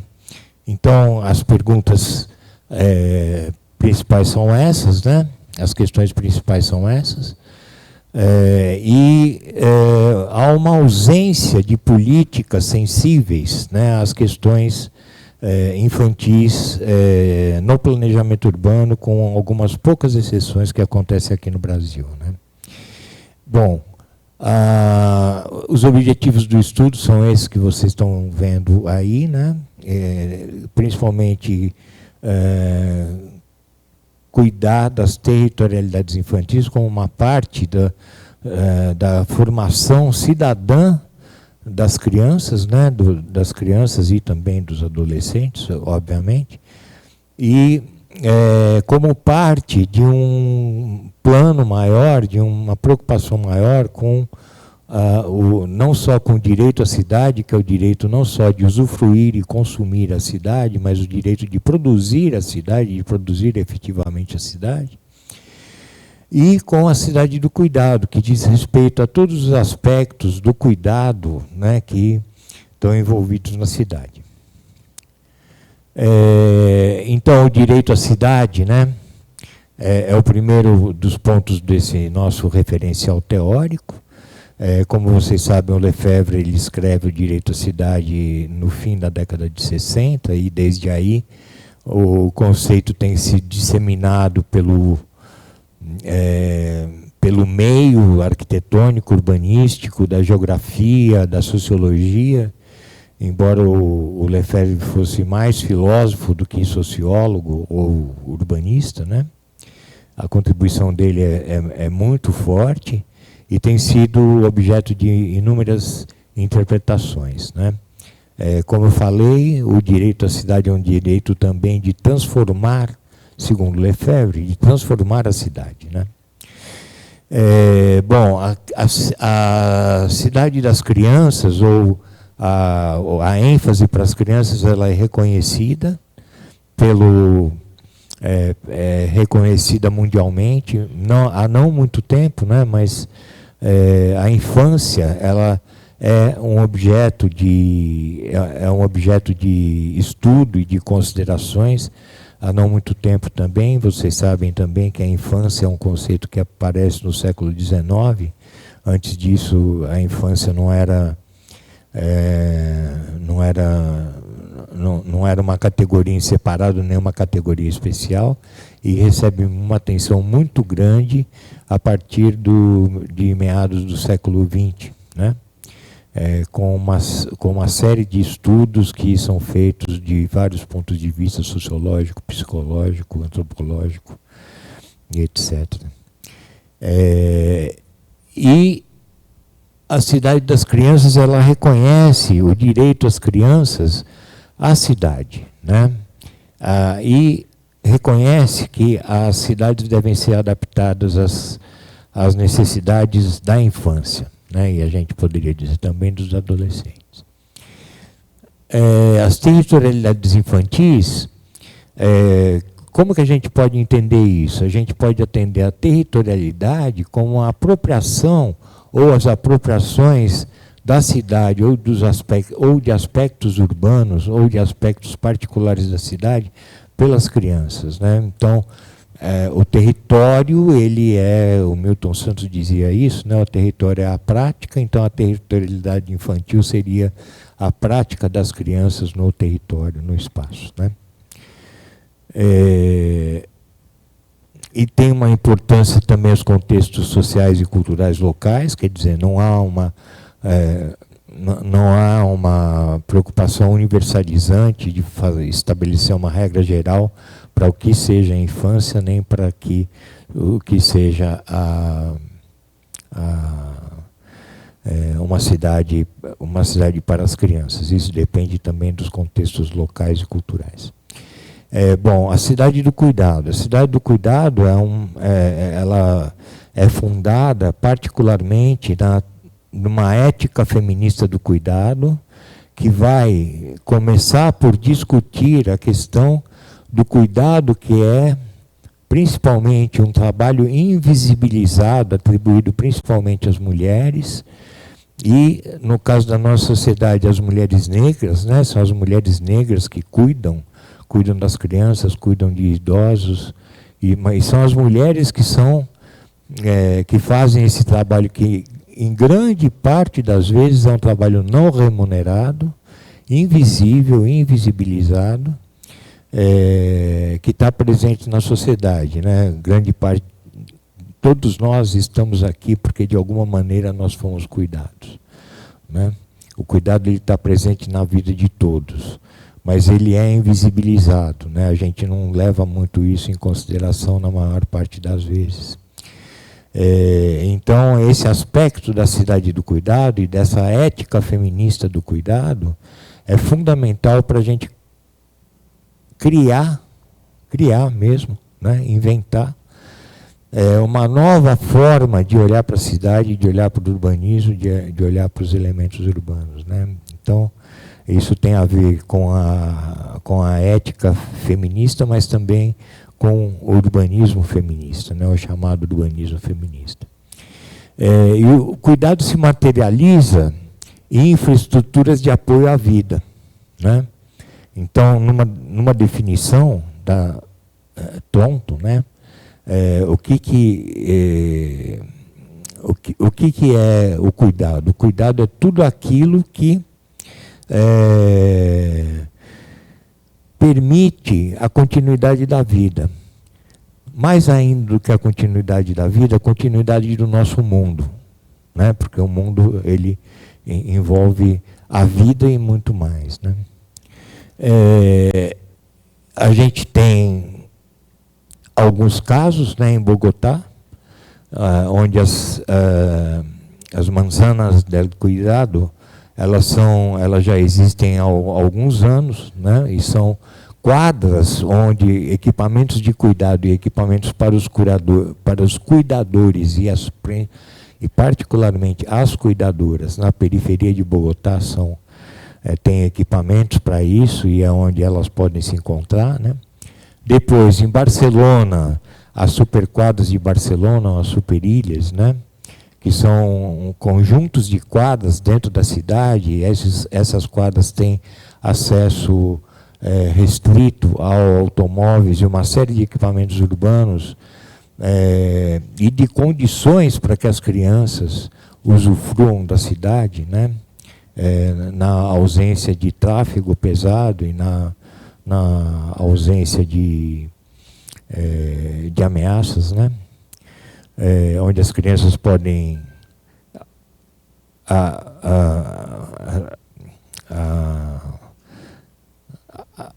exercer a sua autonomia, né? No Brasil a gente tem alguns casos. As ruas de brincar aqui no Brasil, elas são muito importantes, né? Tem uma experiência no Paraná, onde as crianças propõem melhorias em espaços públicos. Vocês podem ler no nosso artigo isso. Na Vila M, em São Paulo, a gente teve uma requalificação com participação de alunos. E em São Paulo, desde 2024, a gente tem um plano diretor do Brincar, que é um decreto do Executivo, né, que foi elaborado e que está parado, né, desde 2024, mas que mostra que há uma preocupação em relação a isso na cidade de São Paulo, né? Quais são os desafios e as perspectivas? Primeiro, as desigualdades espaciais restringem o acesso a espaços seguros para a infância, né? Então, a primeira grande questão é a questão das desigualdades sociais, da diminuição das desigualdades. Depois, a urbanização acelerada e a crise climática pressionam o espaço público e pressionam, portanto, o uso do espaço público pelas crianças, né? Depois, é urgente, então, promover uma escuta ativa, uma participação em políticas integradas de cuidado que incorporem as necessidades e os desejos da infância, né? Como conclusão, a gente pode apontar para a integração das territorialidades infantis, que ela é essencial para uma cidade justa, segura e democrática. As crianças são sujeitos, cada vez mais, como sujeitos de desenhos de direitos urbanos e não apenas beneficiárias de políticas, e o cuidado como princípio estruturante do urbanismo contemporâneo, reinventando, de certo modo, o urbanismo. Então, esses são os autores, a Carmen, a Marília e eu. E essa é a bibliografia básica para esse artigo. Obrigado.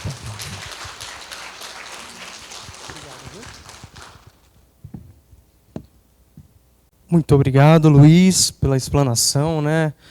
O seu artigo traz as crianças aí como agentes ativos da vida urbana e como parte constituinte desse planejar, né?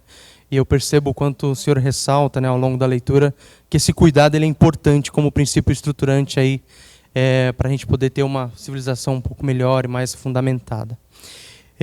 E para a gente poder enriquecer um pouco a nossa discussão, eu gostaria de convidar os integrantes aí dessa sessão temática para compor aqui a mesa, né, para a gente conversar um pouquinho. Teremos 15 minutinhos para debater e também abriremos a perguntas, tá? Então, por favor, venham compor a mesa.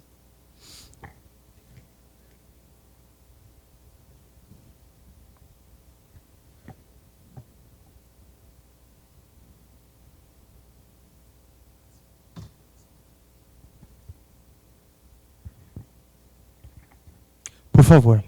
Bom, para a gente iniciar e enriquecer o nosso debate, eu vou fomentar aqui, né, uma discussão, vou aquecer um pouco, depois vou passar para o nosso público também fazer 3 perguntas para a gente poder discutir sobre, tá bom? Então tomem nota aí, reflitam um pouquinho sobre isso para a gente poder discutir. Primeira pergunta: O eixo, né, o eixo 6, ele trata dessa inclusão, né, e do controle social, mas também das grandes desigualdades, né, de raça, gênero, classe e da crise climática também. Então, na prática, o que está falhando aí, né? São os atuais instrumentos de participação, né, conselhos, conferências, que não conseguem alcançar e transformar essas desigualdades, ou são as próprias estruturas do poder público que impedem aí, né, que as vozes populares e os saberes locais sejam de fato decisivos nas políticas urbanas? E uma segunda pergunta para aquecer aqui a nossa discussão é: se o objetivo é realmente governar com inclusão, como que nós podemos garantir que os grupos mais afetados, né, pelas injustiças ambientais e sociais passem de apenas participantes em fóruns, conselhos, para se tornarem protagonistas, né? Porque a ideia é essa, né, na construção das nossas políticas. E qual que é a medida concreta, apresentada ou sugerida pelos artigos de vocês aí, que tem o maior potencial de virar esse jogo, certo? Eu vou pedir ajuda por... Não, sim, vou passar... Professor Daniel, por favor, ele vai conduzir as perguntas, tá? Felipe, a professora também havia levantado a mão, a professora Nádia. Por favor. Primeiro, parabéns a todos, gostei muito, me interessa demais esse assunto, mas eu queria colocar uma questão política para todos, mas principalmente para Mariana e para o povo dos planos de bairro aí. A questão que o plano diretor não fez as notificações para os imóveis vazios, que a Mariana nos mostra, e os planos locais não tem nenhuma... Ninguém se interessa de fazer a conceituação, nem fazer nada. Então, a questão é política. Não é, a gente tem que trabalhar mais a teoria e ver como que é possível o direito à cidade. A questão da mobilização social é muito importante. Então, como mobilizar para conseguir protagonismo? É isso que a gente tem que refletir.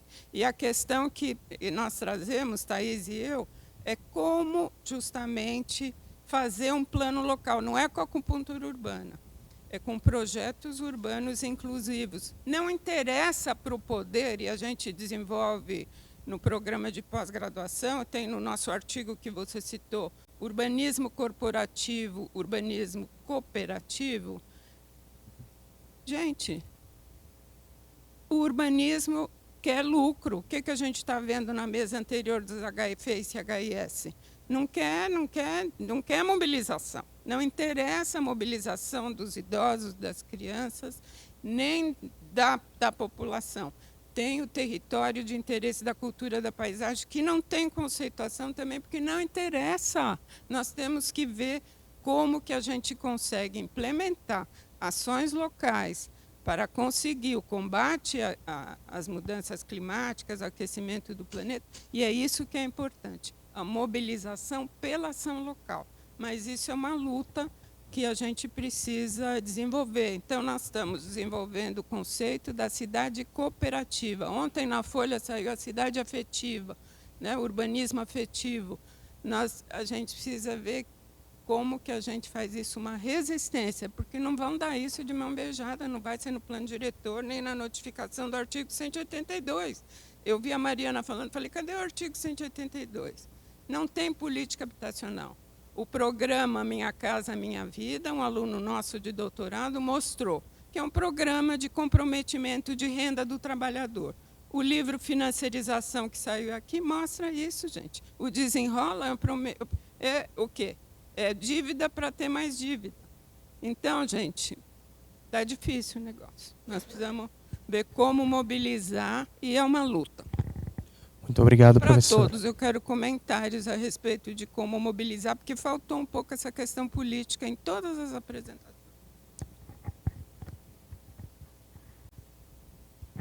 Boa tarde.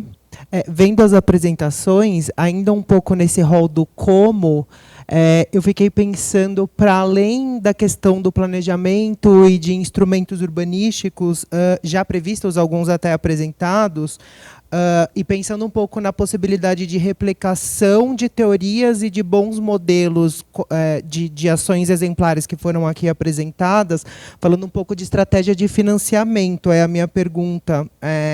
como que vocês enxergam estratégias de financiamento possíveis para sustentar essas propostas do ponto de vista da esfera local, e também sobre arranjos de governança necessários para garantir que esses financiamentos, né, que essas estratégias de financiamento estejam de fato alinhadas com a participação social e com os objetivos de inclusão urbana e orientados pelos princípios urbanísticos e sociais que foram apresentados nos trabalhos dessa sessão. Então, essa reflexão do como é uma coisa que sempre fica muito na minha cabeça, e até trazendo um pouco a discussão da professora Nádia, ela trouxe essa questão da política, eu queria trazer essa questão do como financeiramente, né?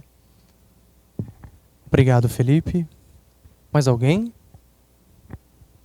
Não?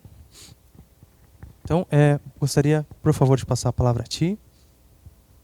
Boa tarde a todos. Eu sou Karen Marins, professora da Escola Politécnica da USP, coautora do primeiro trabalho com o Emílio. E comentando um pouco a pergunta da professora Nádia, também a sua pergunta, desculpa, seu nome, Felipe. No trabalho a respeito do restauro, eu acredito que a gente já viu ali um primeiro ensaio metodológico, né, que eu acho que é um pouco isso que nós estamos discutindo, como que ataca esse tema. Nós estamos desenvolvendo lá na Poli o projeto Plan Bairros, que é um projeto voltado a um orientativo para planejamento de bairros no município de São Paulo.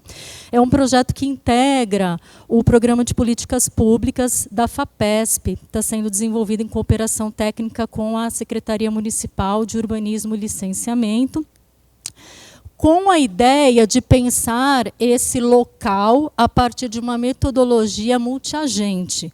Então, nós pretendemos lançar a mão desse instrumento, que é o plano de bairro, inclusive por meio da questão do orçamento, pensando como articular as ações intersecretarias com um detalhamento, uma participação, uma mobilização local mais efetiva. Inclusive, a gente agradece, né, a equipe que trabalhou, né, esse tema aí do plano de bairro, o Miguel e o Daniel, que estiveram em oficinas, né, nossa. Miguel participou de uma entrevista em conjunto com a Bill Bonduque, e Daniel esteve numa oficina, né, Daniel, das secretarias também.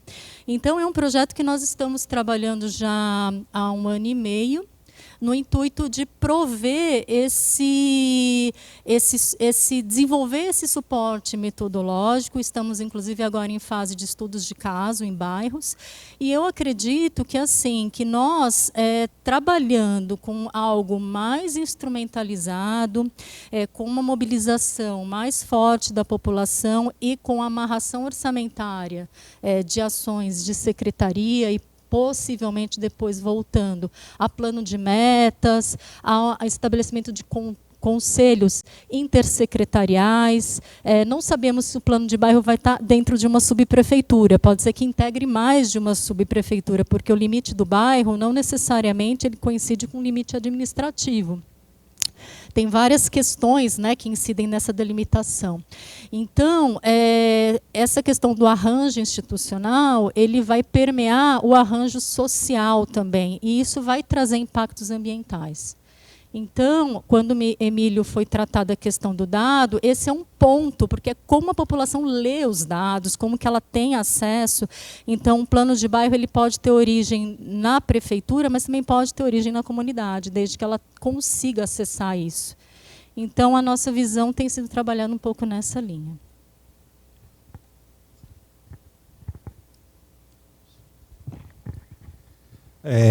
Bom, quero começar concordando com a professora Nádia, que a questão é política. De fato, a questão é política não no sentido de política partidária, mas no sentido de política de cidadania.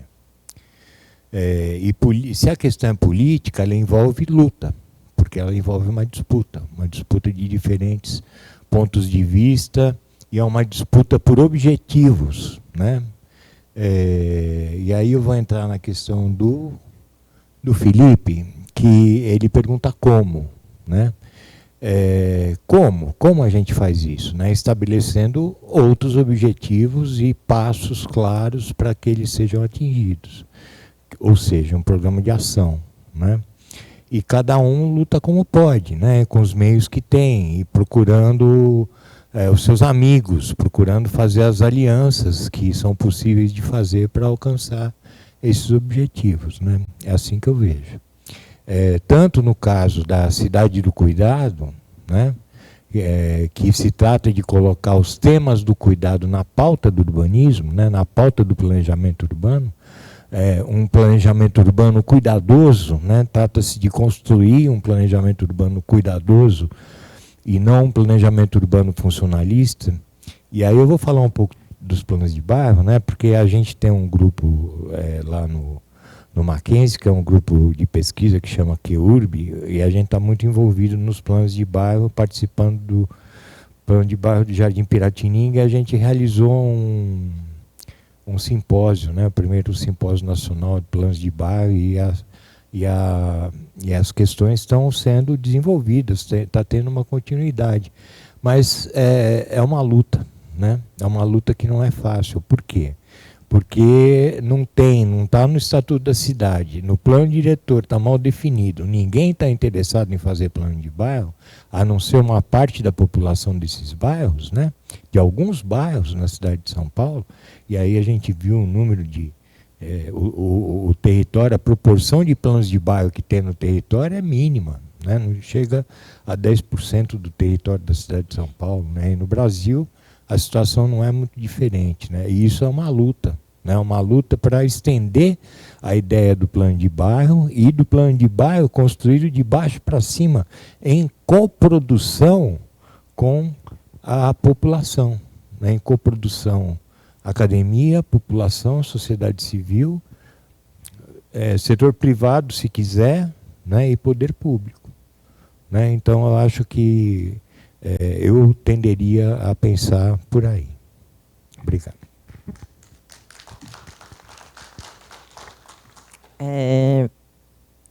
Bom, com certeza a questão é política, e política não só no exercício da nossa cidadania, mas também no sentido de poder, né? Política é poder. E a diferenciação e a desigualdade de poder que a gente tem na nossa cidade é enorme, na nossa sociedade como um todo. E no caso específico, claro, que passa pela mobilização social, é uma questão de disputa, é uma questão de luta. Para a gente conquistar qualquer uma das coisas que a gente apresentou hoje, apresentou mais cedo, apresentou agora. E o tema dessa mesa seria a participação social, né? Nas decisões e tudo mais. E essa luta, no caso específico dos imóveis abandonados do centro e os movimentos de moradia, ela é muito antiga, e ela já existe há muito tempo, ela já tem, pelo menos desde a década de 90, muito forte. E nós enfrentamos grandes desafios nessa luta, principalmente nas áreas centrais, onde há uma disputa pela terra infraestruturada, de interesse de uma possível valorização a partir, né, de uma articulação com o poder público e tudo mais. E, nesse caso, a gente tem um estigma muito forte dos movimentos, que a gente tem que combater e trabalhar isso socialmente. Nós temos uma repressão policial muito forte, das pessoas sendo despejadas, sendo colocadas no olho da rua. A gente, ultimamente, assistiu várias vezes isso acontecer aqui no centro. Então, na época, né, entre 2010 e 2016, 2017, nós tivemos um boom de representatividade, né, de uma mudança de olhar da nossa sociedade, né, e de interlocução e de apoio, que se desfez depois. Então, assim, acho que a gente tem que pensar estratégias no nosso dia a dia de como ampliar os movimentos e não ter movimentos só focados né, na sua necessidade e tudo mais. Que isso que deu muito fortalecimento para os processos de apropriação nesse período. E que depois muitos foram abandonados porque a pressão social, além dos movimentos de moradia, se enfraqueceram muito. Então, eu queria pontuar isso. E outra Outro ponto, só no caso também específico dos processos judiciais de desapropriação desses imóveis, um dos pontos que saíram, né, de resultado dessa pesquisa é a necessidade dos movimentos que ocupam os edifícios, quando eles estão ocupados, terem algum tipo de representação nos processos, porque eles não têm. Processo, eles vão, né, quem ocupa os edifícios, eles vão discutir reintegração de posse, eles não vão discutir a desapropriação.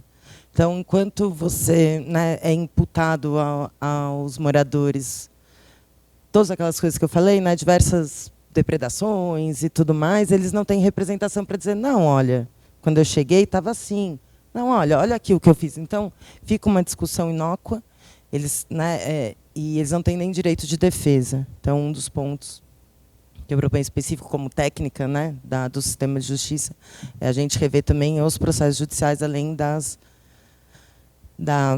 discussão na engenharia de avaliações. É isso. Bom, respondendo à pergunta do Felipe de maneira direta, tem dinheiro para isso. O plano diretor de 2014 ele estabelece que recursos do Fundurb poderão ser utilizados para poder financiar planos de bairro. E eu devolvo a pergunta questionando quanto que isso aconteceu. Quantos centavos do Fundurb foram gastos com assessoria técnica para subsidiar a elaboração de planos de bairro e contribuir até mesmo para a sua disseminação no território?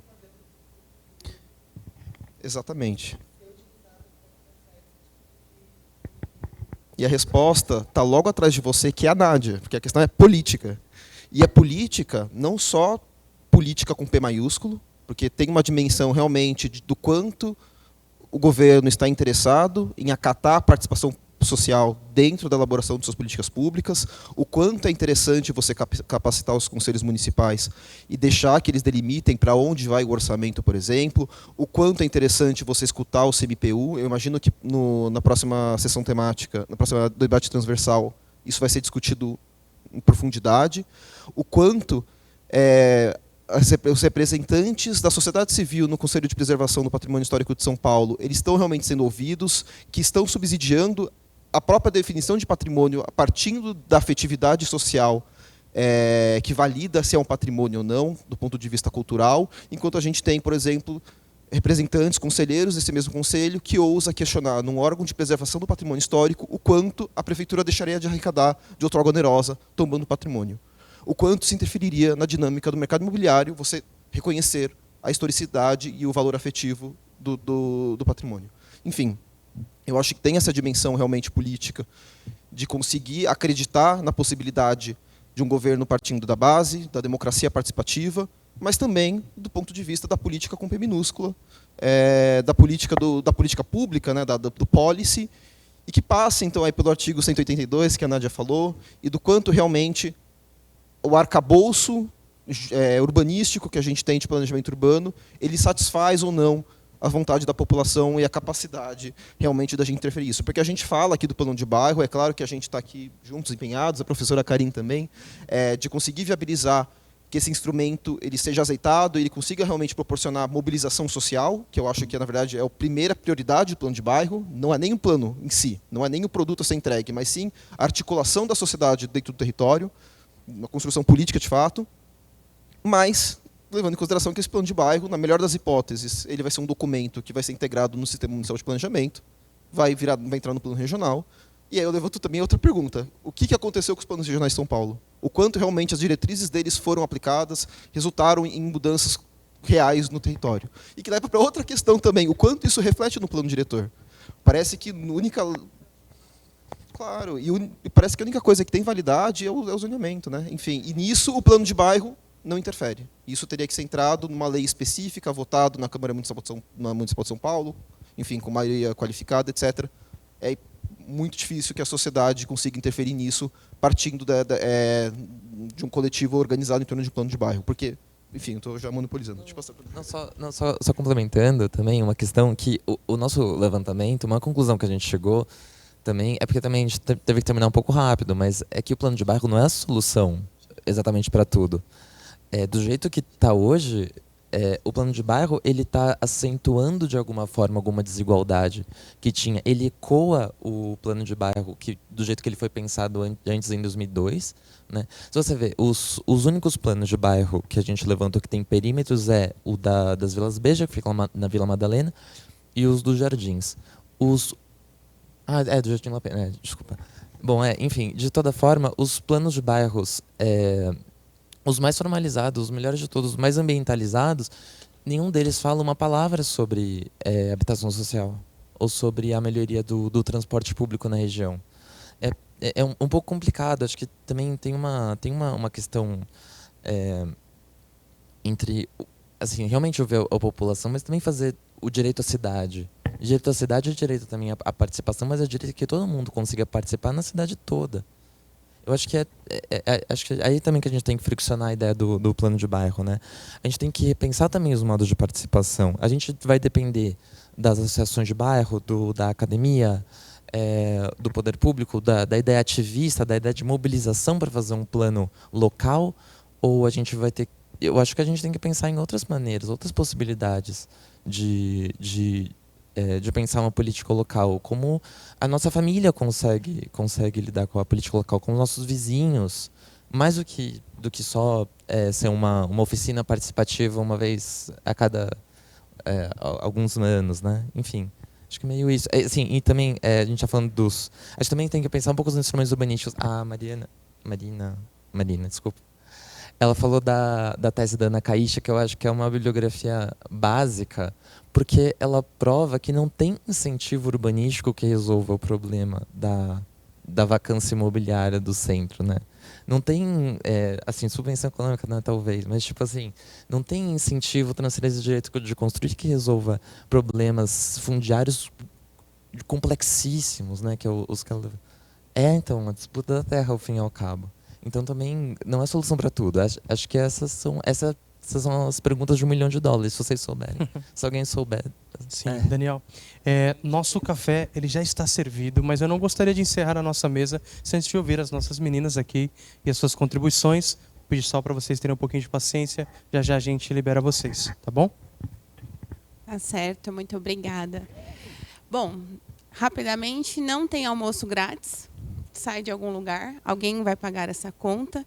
Infelizmente, devido à política, temos os jogos de interesses, onde cada emenda vai para onde lhe convém. E o como não tem uma receita de bolo.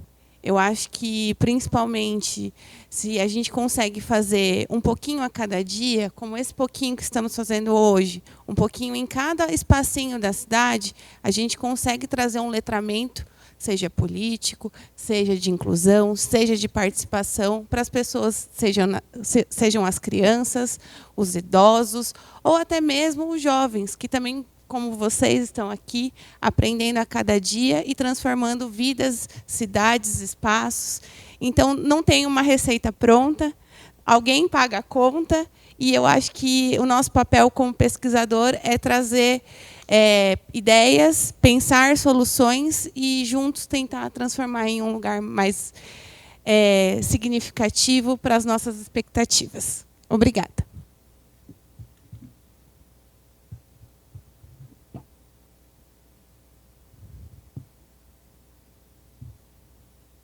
Acho que eu gostaria de contribuir tentando responder a questão do Felipe. Então, do ponto de vista da fábrica de restauro, do patrimônio histórico,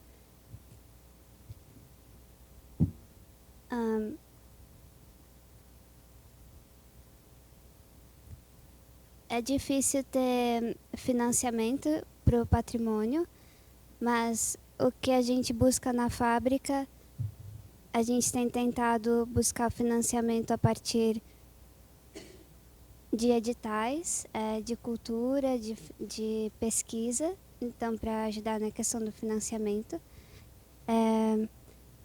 E também, na primeira fase da fábrica de restauro, especificamente, que a gente tinha o desenvolvimento de um... Desculpa, me fugiu agora a palavra.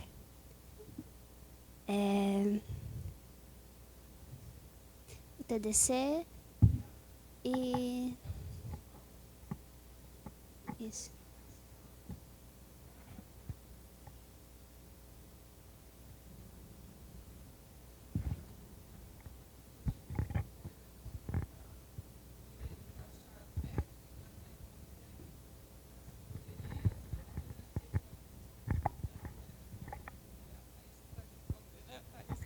A gente não captou a sua voz na nossa gravação.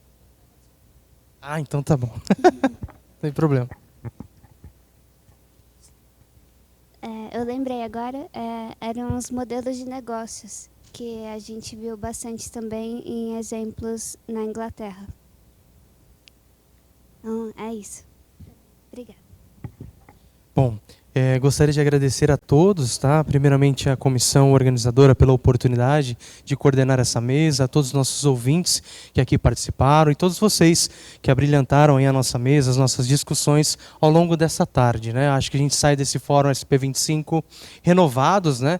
Com novas ideias, para onde ir, né? Algumas respostas vêm à nossa mente e nos contribuem para a gente continuar pesquisando. Então, parabéns a todos vocês, parabéns à organização e vamos juntos aí para o nosso café, vamos socializar um pouquinho, tá bom?